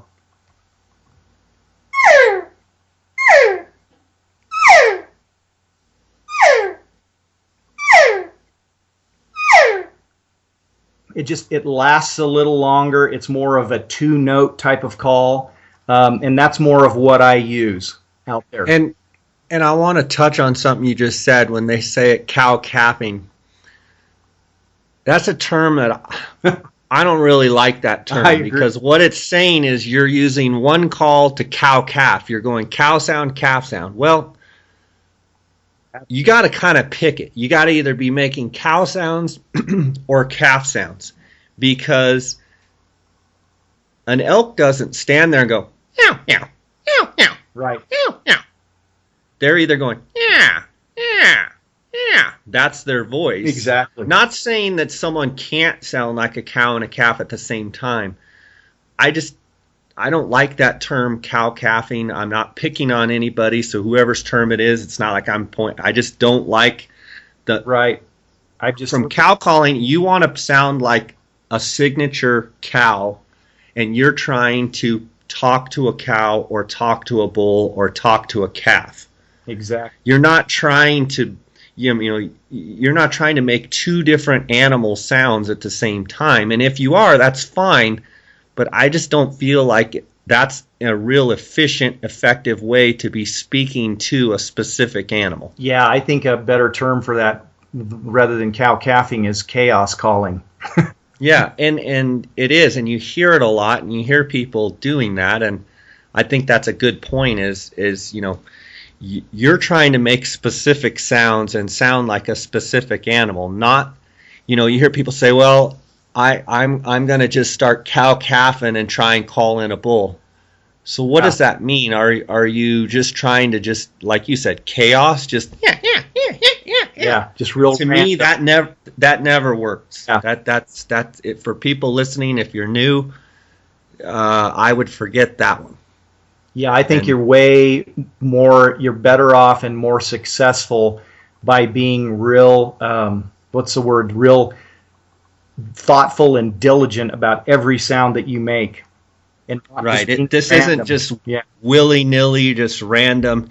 Even though, Steve, you might not be specifically as detailed as trying to make specific calls like what Chris Rowe, where he's got, assembly mews and lost cow mews, and you don't necessarily care about naming each call, which neither is right. They're both right. It's just everybody has their own different style.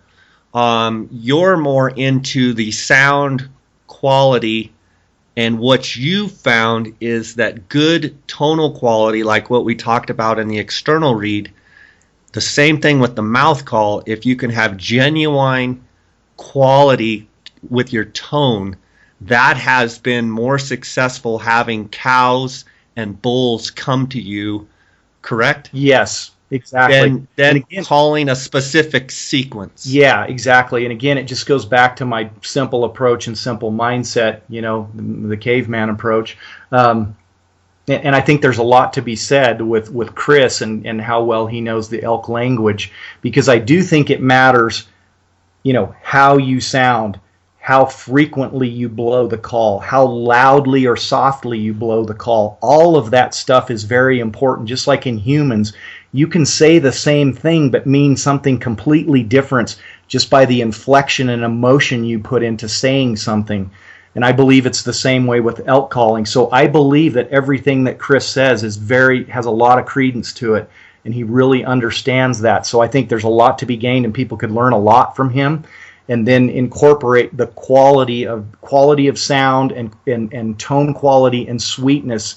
And I think people would hit it out of the park with that approach. For sure. So you've demonstrated how to cow call, how to first make sounds. Then I want you to demonstrate that sound that is just amazing. And first, how the sound came about, when you started using it, when you knew that it was going to be a winner. Kind of walk me through that. Okay. Yeah, I first heard this sound, that's probably, approaching maybe 20 years, because, we're both getting old these days. But we are. I'm telling you, Jay, if I hadn't had elk right in front of me, and this was actually in Colorado, I get the good fortune of being there during October for the rifle hunts, and the elk are still extremely vocal and in the rut during that time. But they're in a big herd, and I heard, I don't know if it was more than one cow or just one cow doing it, and I've said this before, but it just reminded me of a chimpanzee in a cage just screaming and having a fit. And again, if I hadn't had those elk right in front of me, I wouldn't have believed that it was an elk sound. And I remember going back to camp that night and telling my Dad, you're not going to believe this sound that I heard these elk making tonight. And then I set about over the years trying to duplicate the best that I could, and I found right away that it was very hard to duplicate on an open reed. There may be some people that can come close, but for me, I find it's better on a mouth diaphragm. And I started out, Jay, using my lips, and I would vibrate my lips as I was blowing across the latex. And I kind of use my voice box. I kind of use my throat and kind of growl with it a little bit. Yes. That buzz. But you've taken it to a whole nother level. Yeah, I started out using my lips, and then I refined it using my vocal cords, like you say, and how you do it. And I believe that what you have to do when you start out the call is you get it, again, the key is down deep in your stomach with a deep breath to get that right tone. You're kind of, is a sound that kind of comes out when you've got the right vibration going with your vocal cords, and it's like this. And I'm telling you, when I do it at seminars, people look at me so strangely because it's such a different sound than the normal mew. It's like this.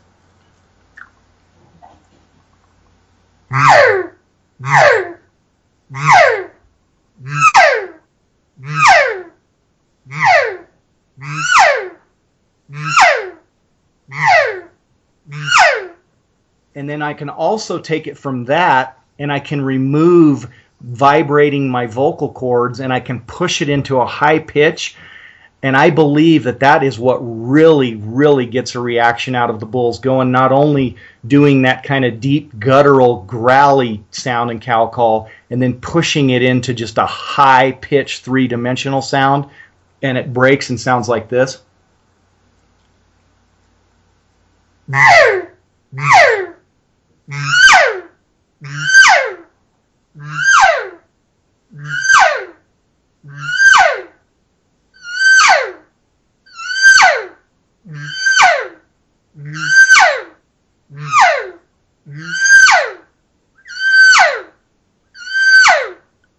And It is very loud and aggressive out there.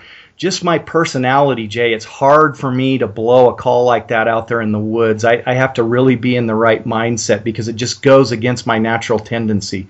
But I tell you, it sure does work during the rut. Yeah, Chris would say Chris would argue that that's not necessarily an estrus call. Right. I know it's been coined.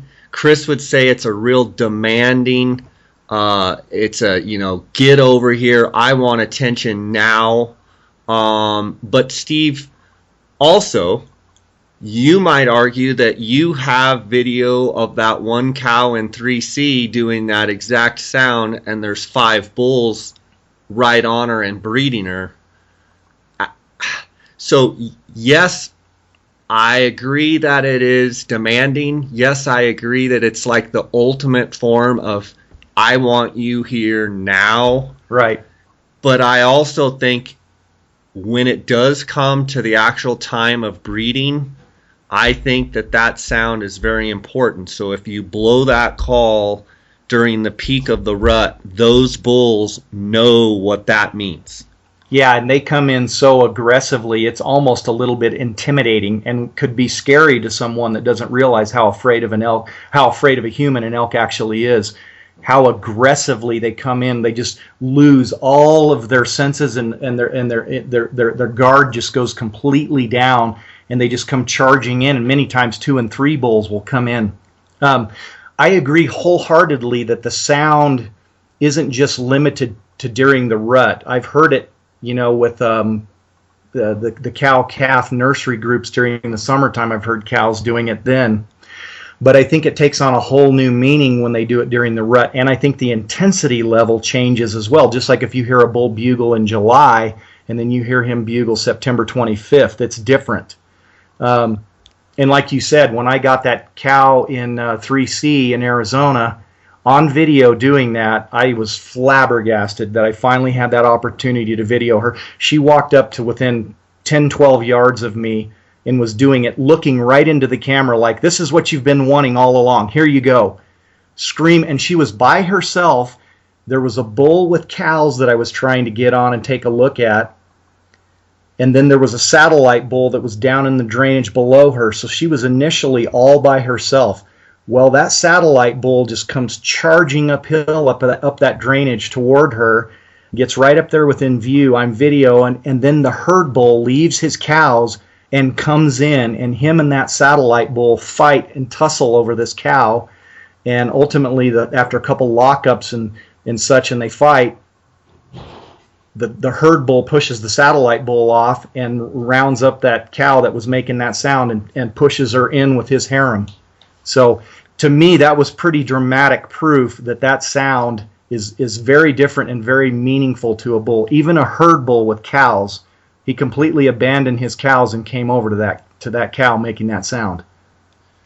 For sure. And when you're in Colorado at your place there that you guys hunt on your dad's there, do you hear that a lot? I now hear it every year because my mind is tuned into it, but you don't really have to be necessarily tuned into it because when you hear it, there's no mistaking it. And if someone out there hasn't heard that sound yet, just like a bull glunking, I promise when you hear a bull glunk or when you hear this, what we call the estrus scream for lack of a better term, or the growly cow call, you're going to know when you hear it. You're going to say, yep, that's the sound that Steve and Jay were talking about on the podcast right there. Yeah, and everyone gets so caught up on naming the certain calls and all of that, and I try not to get caught up. What we try and do, though, is as humans try and name those calls so we can identify to say I'm using the estrus scream. Yes. I think Will Primos is the one that when you showed him the footage, he said that's the Chappell scream or the estrus scream.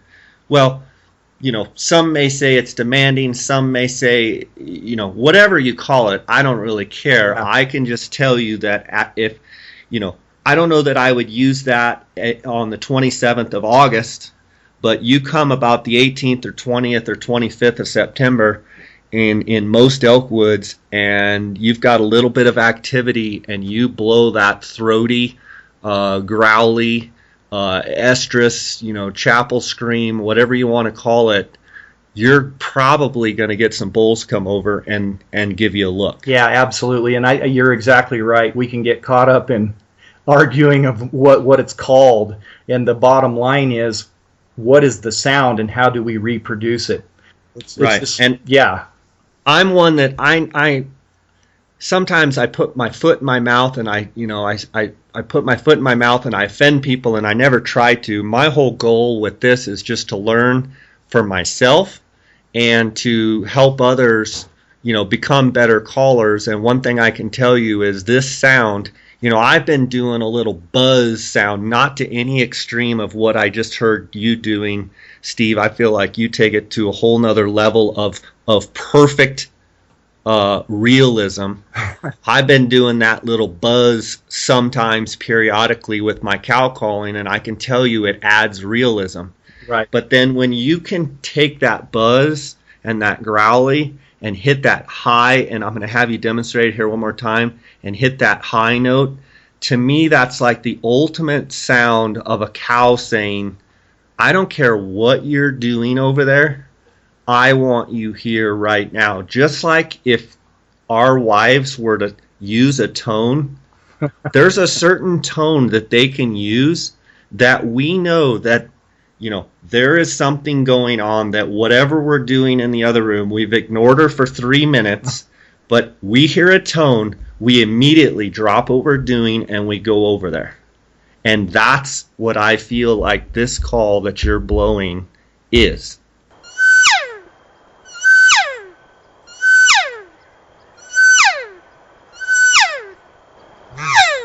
Good. Can you blow that call again, just a few notes for me? Yeah, I know exactly what you mean about our wives. Wouldn't it be something if they could make a call like this and there would be no doubt? And Yeah, but they'd use it all the time. That would be wonderful. Okay, here we go.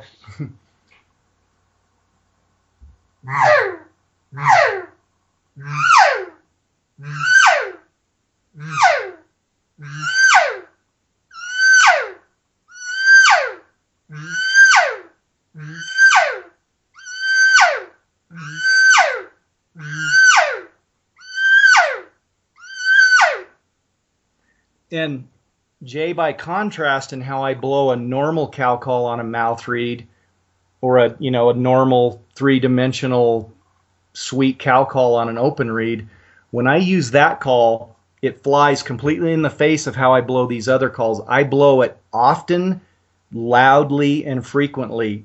I've heard people say, yeah, this guy bugles every time his left foot hits the ground. Well, when I blow this call, I'm wailing away with it. Basically, just like that, like in the woods, would you blow it that many times or more? Absolutely. But what I don't do is I don't move. Let's say, for instance, that a bull's bedded down in the afternoon and he has maybe just started bugling. The mistake would be to sneak in on that bull, get 100 yards away, and wail away on a sequence like that. That's not how you would want to do that. If you were going to sneak in on that bull, you would want to, and I think you are absolutely the best at this, sneak in, get close to him, and just baby talk him. Just blow nice, easy, little sweet cow calls. That's what he wants to hear when he's in that state of just getting up from being bedded down and just starting to bugle. So when I'm blowing this call, by contrast, I'm not going to sneak in and all of a sudden hammer him with that. I'm going to start from a distance a long ways away, and I'm going to walk in blowing it and warm him up to it, so to speak. So he's hearing it from a long ways away. And if he doesn't initially like it and not bugle back to it, then obviously that's not what he wants to hear. So I'm going to stop, and I'm going to move in tight, and I'm going to sweet talk him rather than that. But if he's bugling to it, like say from a half a mile away, I'm just going to bring the show to him. I'm just going to walk right at him with the wind correct, and I'm just going to wail away on it. And it seems like the closer I get to him, if he's in the right frame of mind for it, he's going to get up and just start charging toward me. And it can be dramatic how quickly they cut the distance down. They can be 600 yards away, and next thing you know, you're dropping down, getting set up with him charging in on you. Steve, what have you found? Like when you're doing that, are they bugling and bugling and bugling, or do they, are they? What's their reaction typically? Yeah, most of the time they're like a gobbler just losing their mind, gobbling their brains out. Yeah, they're coming and they are bugling frequently. And then what it seems to do is it seems to just create excitement out there in the woods, and there'll be bulls that you didn't even know were there that start chiming in, and a lot of times you'll have a train wreck with two or three bulls that come into it. And that call, that demanding mew, that estrus mew, that Chappell scream, whatever you want to call it, you feel that estrus excited orange reed with the thickness of the latex and the design of the plate and everything, that is the best call that you can make that sound with? Yeah, it's the best one for me personally. I'm not saying that I can't make it on other calls, but I feel like it just is in the sweet spot. It's in the wheelhouse for making that sound exactly how I want to make it for me personally. Okay. Yeah, that's definitely an awesome sound. I remember the first time that you used it that I know of on film was, I believe you had a 7 east or west tag, and it was coming down to the end, and Gary Stanley said, start blowing that call, and you're like, you think? And he said, yeah, and you did, and that bull came in, right? Man, Jay, that's awesome that you bring that up, because you're exactly right. That's the first time on video. I'd used it before, but not right there in front of the camera. And what happened is we had the hunt was slow overall to start with. It wasn't a good bugling hunt, and it was in 7 East. And we finally got a bull to bugle. I bugled and got a bull to bugle up the hill from us, probably close to 3/4 of a mile away. So we started hiking up toward him, and he just got super quiet. I mean, to the point where you're thinking, is he even still wanting to play the game, or what's he doing? So I started cow calling a little bit, and he just completely shut up. And I found a lot of times that herd bulls will do that to you as you're moving in. If you call on your way in, they'll completely shut up on you. And that's what he did. And Gary looks at me and he says, "What do you have to lose? Bust that call out and start blowing it." And I looked at him and I said, "Thanks for the vote of confidence. Let's do it." So I get that call out, and I just start walking toward the direction that we heard the first bugle and start blowing it. And I'll be doggone if not right away that bull starts bugling at it. And like I was saying a minute ago, I just walked straight at him with the wind right. And I'm telling you, the closer I got, the more excited his bugles became. And then it was just a hurried setup right there at the end. And he just came rushing in, glunking everything. I mean, he was totally sold on it. And I made a shot. There's a big story about that. Not the best shot I've ever made in my life, but thanks to a great, gracious sportsman named Charlie Rust, who I owe a great debt of gratitude to this day, I was able to get that bull back eventually. But yeah, that was the first time on video in a very dramatic fashion that a bull came into that. And then I'm convinced he was a herd bull, because when we came back the next day to track him, this shot happened in the evening, and I knew it wasn't a perfect shot, so we, played it safe and left him overnight. There were cows right there on the scene of where this happened, and it was like they were confused and didn't know, where he was or what was going on. So I'm totally convinced that he was with those cows, left those cows to come into that sound. Awesome. And it's something that I think takes some practice. I think you guys can go on and check out Steve's videos. He's got some great videos of him doing that. You can listen to this over and over, and if you can sound like that and blow it at the right time, I think it's going to bring in a lot of bulls for you, and you're going to have a lot of success. Okay, Steve, I want to make sure we covered everything on the cow calling. I know you're going to talk about your closer and your challenge reads here for bugling. You and I both are cow callers. If we had to categorize ourselves, we're cow callers, we're lovers, we're not fighters. Right. We've had way more success sweet talking bulls as opposed to getting in their face and blowing the door down. But let's talk about bugling. you blow a really nice bugle. You've got a really nice locational or kind of a contact bugle. And then you've also got lip balls. You do all sorts of things. I'm curious your thoughts of bugling, and maybe talk about how you use the bugle, just to get bulls to answer. Maybe demonstrate some bugles here for us. Yeah, you bet. And I agree wholeheartedly. Our mindset is we're kind of lovers versus fighters, and right or wrong, that's just how we approach it. There's some great buglers who have success with that. I use it more in limited circumstances. I will use it to locate. I'll also use cow calling to locate as well. But as you mentioned, we always want to name calls so that everybody's familiar with what they've heard. This would be, a contact or a location bugle.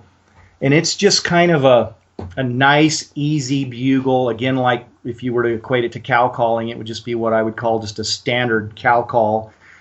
This is just a standard contact bugle, nothing too aggressive. You're just trying to get a bull to sound off and answer back to you. It's going to sound something like this. What call is it, Steve? Which I've reed? got the closer, the red taped Okay. reed. Yeah, that double. Okay.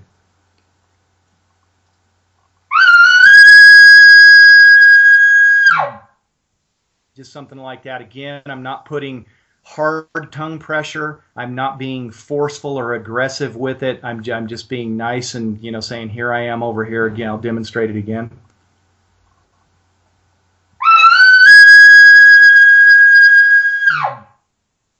And you notice I didn't even do the growl at the beginning. Honestly, I don't hear a lot of bulls doing that growl at the beginning. It's more of they just break right into a tone. Would you agree with that, Jay? Yeah, and I think it's probably the single biggest mistake people make when they're bugling is we've always been taught this growl and then hit the high pitch and then back to the growl, Yeah. where the best success I have bugling is when I start right into a high pitch. I mean, I know you and I have talked about it before when you've heard me bugle. That's just the way I do it, and I just think high growl is not the way I hear bulls do it. I either hear them. Yeah. Usually, you just hear high pitch down to the growl. Personally, Exactly.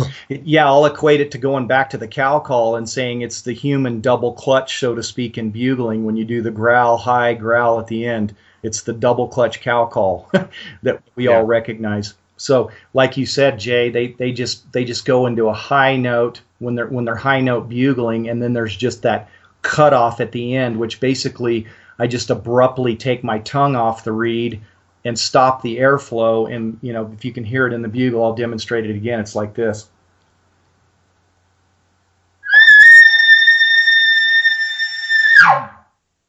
And it's just by dropping your tongue off the reed and activating your vocal cords a little bit into the sound as well. And the only reason I realize that there's a little bit of a vocal cord aspect of it at the end is because there was a time when I lost my voice one time and I was trying to bugle, and it just sounded really windy and there was no depth to it at the end. So I realized at that point that you do, whether you realize it or not, you put a little bit of vocal cord into it at the end, although not, in my opinion, a growl per se.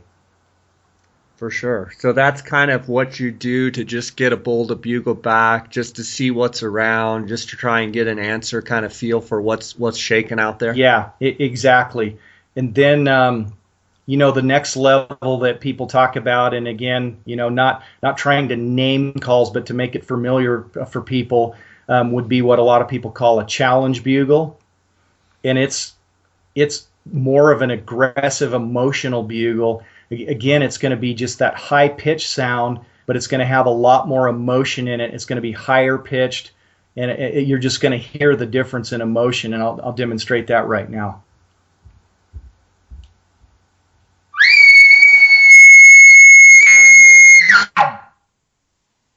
Okay, you can see there's more volume. It's a higher pitch.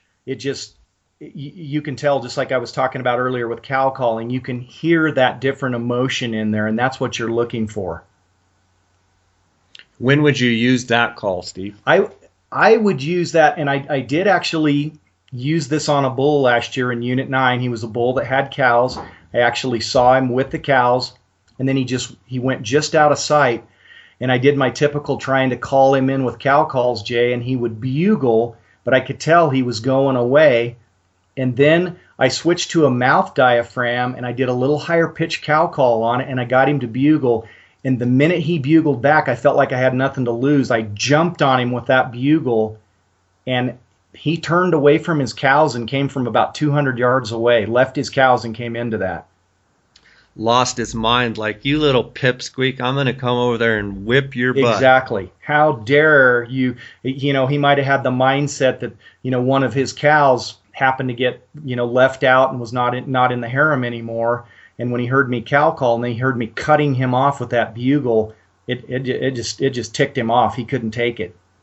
You know, I think something needs to be said there, that just like humans, you know, elk have their own personalities, and there's some elk that at the drop of, just like people, at the drop of a hat, they want to fight. Absolutely. And then there's people that, you know, you can kind of push on them a little bit, yep, and they're still going to try and not fight. And then, you know, finally you can get them to fight. And then there's people that it doesn't matter what you do to them, they're not going to fight you. I believe that 100%. And I've seen that year after year in the elk woods. And I always say, in Arizona specifically, sometimes you'll have bulls running a harem that are 320, 330, 310 in their score. And I believe that's because of their temperament. They're a super aggressive fighter type of bull, just like with a human, a fighter mentality. And then you can have a bull that's a satellite bull, that's a 350, 360 bull. He's got a beautiful, pretty rack that, of course, the cows would, you know, look at and admire, but he just doesn't have that mean, angry temperament in him.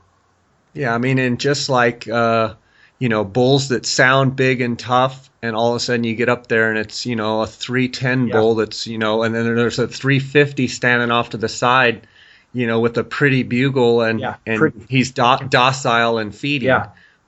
Where, you know, you can get, you know, little guys that are just tougher than nails and they want to fight just because they like it. And then you got some big 6'4" guy that's, you know, got muscles and everything else, and he's just a gentle giant. Yeah, and it does go back to that in the elk woods, absolutely.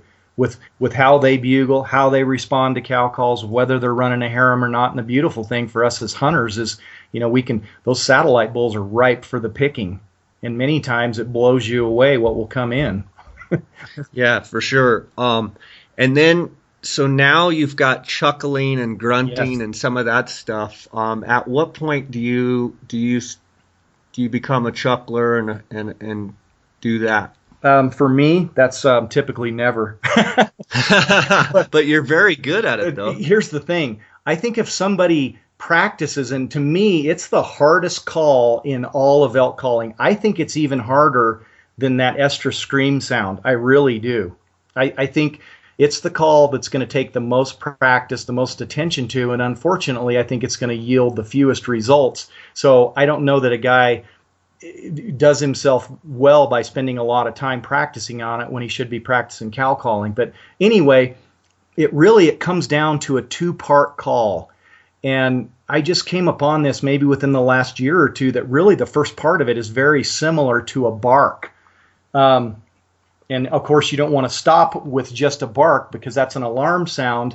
But you're blowing very forcefully out on the latex with your tongue against the reed, and it's going to make this sound initially. This is the first part of the call, Jay. Okay, that's just basically a bark. But then the second part of the call, I'm breathing a deep breath of air back in with my tongue actually not on the reed at all. And it's making the second part of the call, and I'll do it slow at first, and then I'll speed it up a little bit.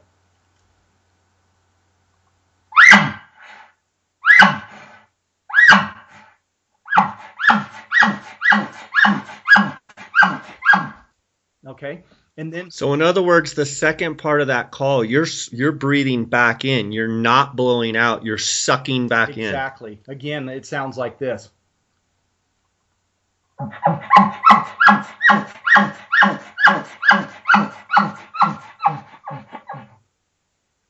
That's exactly it. And the hard part when you're breathing back in, you almost have to kind of grip the call in your mouth and kind of close your mouth down, because you can suck that diaphragm right down your throat if you're not careful about it. And Which is not recommended. exactly. It might take you out of the Elkwoods to the hospital. So the real difference to me, because you hear people talk about chuckling and grunting, really the difference to me is the frequency of it and the speed of it. And to me, chuckling hits a higher note and it's faster and they do it more times. So this to me is what a chuckle sounds like.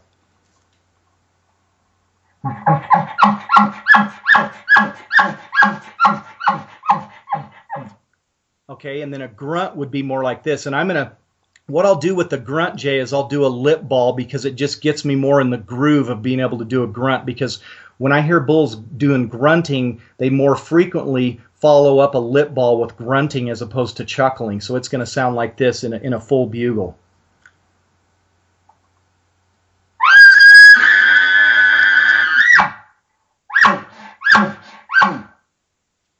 Let me do that again.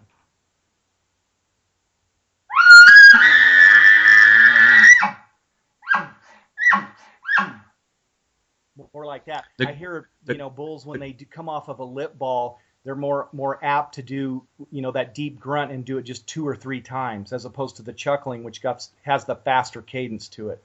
Yeah, I was going to say, I could hear the grunt being slower, and the chuckle is more of a, almost like an ape, like you say. Absolutely. Yeah, like an ape going after it. So you would do what you would call a challenge bugle and a chuckle together, and then you would do a lip ball and a grunt together. So show me or demonstrate the kind of your challenge bugle into a chuckle. Okay, here we go.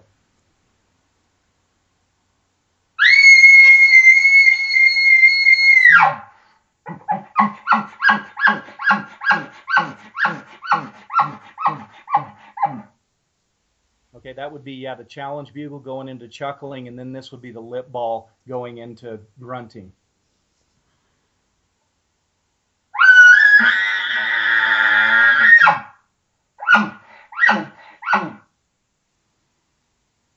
That would be the difference right there. Good stuff right there. That's really good quality sounds. You're a lover, not a fighter, though. Yeah, absolutely. And overall, I'm 99% a lover. Like I said in the very beginning, your podcast with Joel Turner really intrigued me, and I'm going to be interested to try that out a little more now that I know what I'm supposed to be saying. That bull calling cow sound, to me, is basically that lip ball sound. And again, it's like this. Starts out in a high note, and then it goes into that vibrating. Basically, you're vibrating your lips to get that sound, and then you're cutting it off abruptly. And it's a fairly quick call like this, with no chuckling, no grunting at the end.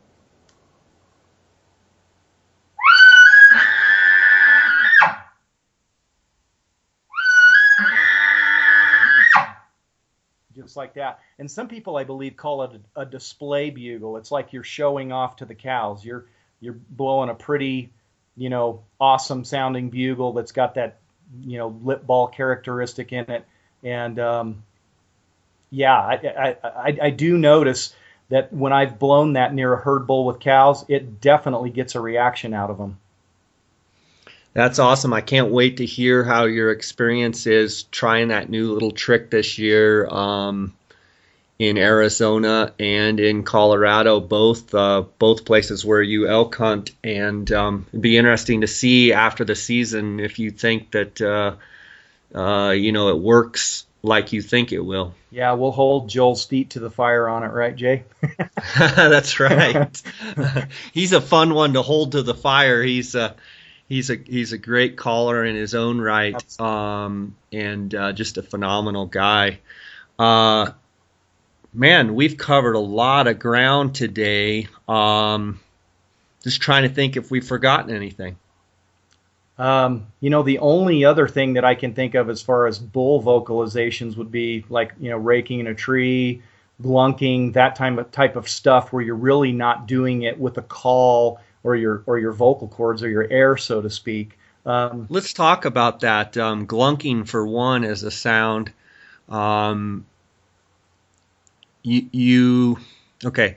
Glunking for me is a sound primarily that I think a bull uses when he does not want to let other bulls know that he's around and he wants to herd and tend his cows passively. And he's actually glunking, talking to his cows with his glunk and not trying to give off his location as to attract satellite bulls. That's my interpretation. I would agree that that is the most accurate way of thinking about it. Yes, because if he's very vocal and he's bugling, he's going to attract. It's like flies to stink. If he's if he's bugling a lot, that's a tip off. In fact, when I'm in the elk woods, if I hear a bull bugling aggressively and frequently, I go, "That's a bull with cows right there," and I can guarantee you, other elk know that even more so. So you're exactly right. He's being more subtle about it. He's tending his cows, talking quietly to him by doing that glunking. But I will also say that I have called in bulls that are by themselves. Yes. And they are coming to the call. Yep. And they are glunking. But what I feel like they're saying is, I'm coming. I just don't necessarily want to bugle and get my butt kicked, but I'm coming. You hear me, but I don't want anyone else to come over here and spoil our little love session. Yeah, absolutely. And I've had that happen frequently. Sometimes bulls even come in completely without bugling and just glunking. So I think, yeah, it serves that purpose of not advertising that you're coming to the other bulls. And then also it seems to kind of be a confidence call that they make. Yeah. Dominant, real confident type call. Yeah, but I've also seen 5 Points doing it. But what I think is, they're feeling confident because they hear you cow calling and they think you're the only one around. So they're going to show the most dominant, confident display they can without giving away their location. I've heard people say that only mature herd bulls glunk, and I just totally disagree. Yeah, I wouldn't say only mature herd bulls. I would say spikes don't do it. But you are right. A kind of an aggressive 5 Point or a 3-year-old 6 Point can absolutely glunk. Yes. Do you have the ability to glunk? I mean, I've the old Primos tube. I used to be able to glunk that Terminator. Do you ever glunk? Jay, I don't. To be completely honest with you. I have used it. I will say that I have used it very, very infrequently, and it's only when I feel like I have nothing to lose. I've thrown the whole tackle box at the bull. I've cow called to him. I've estrus called to him. I've bugled, and I can't get him to break away. That might be my last thing that I go to. So I don't do it frequently. And you're right, that old Primo's Terminator hose was very good for doing it. I used to bugle, and I should have mentioned this earlier, I used this Bully Bull Grunt Tube by Bugle and Bull Game Calls or Rocky Mountain Hunting Calls. I think it's phenomenal. I think just like the design of an open reed cow call, the type of grunt tube that you use makes a huge difference in the quality of the sound you get when bugling. So I'm very partial to the Bully Bull Grunt Tube. But I can, by like stiffening my hand, the palm of my hand, as if I don't know what you would say, but I'm pointing all of my fingers straight out in a fairly rigid position, and then I'm tapping the end of the call in the palm of my hand and getting a sound like this.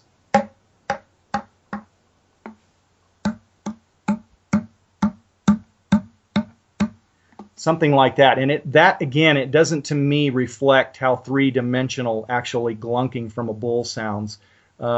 But again, it's not a highly important call on my list of or in my tackle box, so I'm not bringing a special grunt tube with me to do it. For sure. And you've got all those other sounds. Yes. It just tells me that you don't feel that as a caller that's that important of a sound to have. Yeah, I have seen that if you do it to the wrong bull, which is usually most bulls out there, it for whatever reason conveys to them that you are a very confident bull, and it tends to me to make them shut up and go away more so than come in. At least The in my times that experience. the times that I've used it is when I've been very, very close to them. It's a bull with cows, a very aggressive Yeah. bull, and you're really tight and you make that sound. That sound only means one thing, and that is when you see a bull tending with a Yeah. cow and kind of nosing around with her, he's glunking, and so you sneak into a herd and there's no other bull around other than the herd bull, and you make that's saying that, hey, that's only a sound, and what it is I'm glunking and I'm not bugling at you. I'm trying to steal a cow, and I've Yep. seen that glunk. I've glunked at bulls and seen it work really, really well, but I've also glunked at them and seen them go away because it's a very, like, how do you know if, think of it from the bull's perspective. Say he's not an aggressive bull, Right. and he's got his cows, and all of a sudden there's a glunker in the herd with him, and he's like, oh crap, I got to go over there and fight. He may not. Yeah. Now, if he's a fighter, he may run your head over. Yeah. He may just come charging over. That's a perfect point. I think there's three elements to glunking that you've got to keep in mind. You've got to keep in mind the temperament of the bull to start with, and I would believe that you want to use it on more aggressive bulls in my experience, and yours as well. I think your distance from the bull and then your timing of when you do it. All three of those things are key in glunking or not glunking.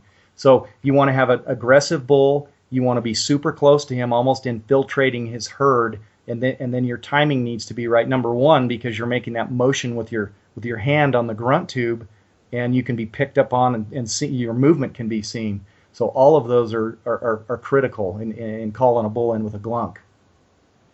For sure, for sure. Well, Steve, we've covered a lot of ground. It's been awesome. Any other thing going on with you? Anything going on as far as people can order the calls right off your website, chappellguideservice.com? Any new videos, any website, anything going on with what you got going? Yeah, thanks for asking, Jay. I did release Extreme Bulls 8. It's a new DVD. It was released this spring, and it showcases the hunts from like the last 2 or 3 years. It's got a lot of hunts from Arizona, archery hunting, rifle hunting. It's got a couple hunts from Colorado as well. All of it is during the rut, which is the cool thing. There's a ton of bugling on it, call in after call in on there. I always say that the best teacher, for me at least, when I was new in the sport of elk hunting and elk calling, was watching actual hunting videos versus demonstration videos, because I feel like demonstration videos can be more canned versus when you watch a hunting video, you're seeing what people actually do when they're in the field in the heat of battle, so to speak. So as a new elk hunter, I paid attention to, okay, what call were they blowing? Were they cow calling? Were they bugling? Okay, the bull just bugled.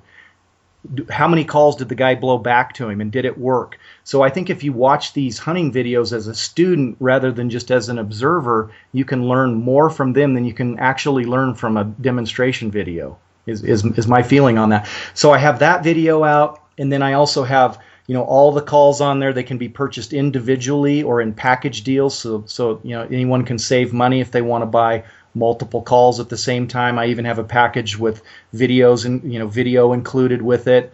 So yeah, and again, most people, if they're out of state, aren't going to pay tax. They're not going to pay shipping with orders of $10 or more. So I would encourage anyone that's looking to get into elk calling or just wants to get their elk calls for the fall to go on my website and be confident in getting great elk calls that are proven. So no tax and free shipping, any orders over $10, chappellguideservice.com.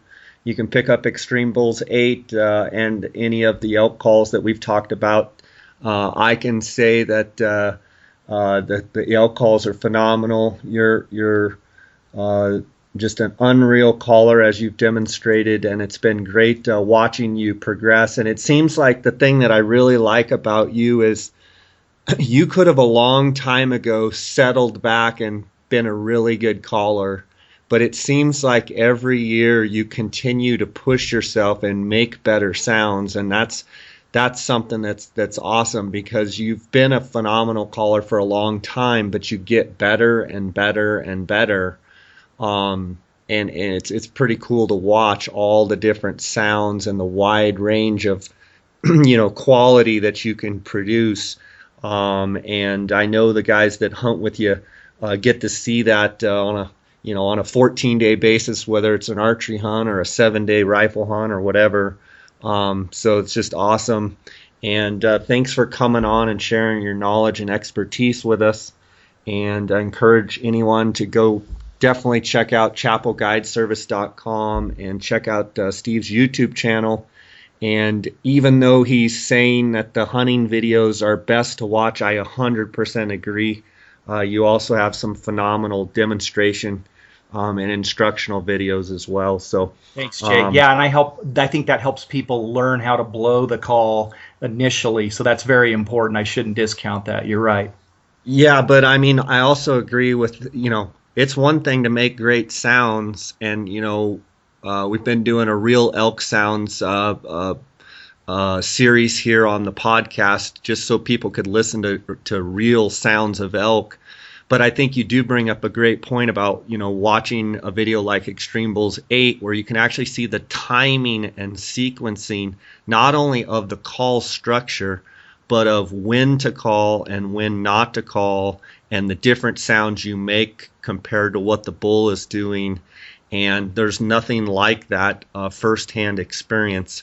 And you can make great sounds and not call in many bulls, or you can make great sounds and know the timing, which is a whole nother podcast episode. Yeah. Of when to call and when not to call and what to do. But I think first things first, start making great elk sounds. Listen to the elk themselves. Listen to guys like yourself. I can easily tell all the listeners that if they spend a lot of time listening on your website, they're going to be a better elk hunter. They're going to be a better elk caller. So, buddy, it's been awesome. I'll be praying for you. Be excited to hear how your dad does on his hunt and your different hunters across the state. And just been awesome spending the time here with you. And so I don't know when I'll see you, because I'm going to be in Utah, and then send me a picture, Jay. Yeah, we'll have to send pictures. That's a beautiful thing about texting and cell phones, is we can send each other photos. So until next time, buddy, God bless. All right. Yeah, thank you so much, Jay. Thanks for having me on again. It's a real privilege to be on here. I'm a big fan of your podcast, and I'll be praying for you as well. It's nice to have a brother in Christ that shares the same passion, and it's been a great friendship for 20 plus years. And I just really, really appreciate you having me on here. And I've really enjoyed this today. Thank you so much. All right, buddy. Sounds good. All right. Take care. Thank you. Take care. Guys, I almost forgot. Right after this, I'm going to play a bunch of Steve Chappell blowing his calls, so you can use that to mimic and try and get better with your elk calls. And then following a bunch of series of Steve calling, I'm going to let some of the real elk sounds from some of the prior episodes on the J. Scott Outdoors podcast, so you can hear the real elk, and you guys can just download these episodes and try and elevate your elk calling. So I hope you enjoy it.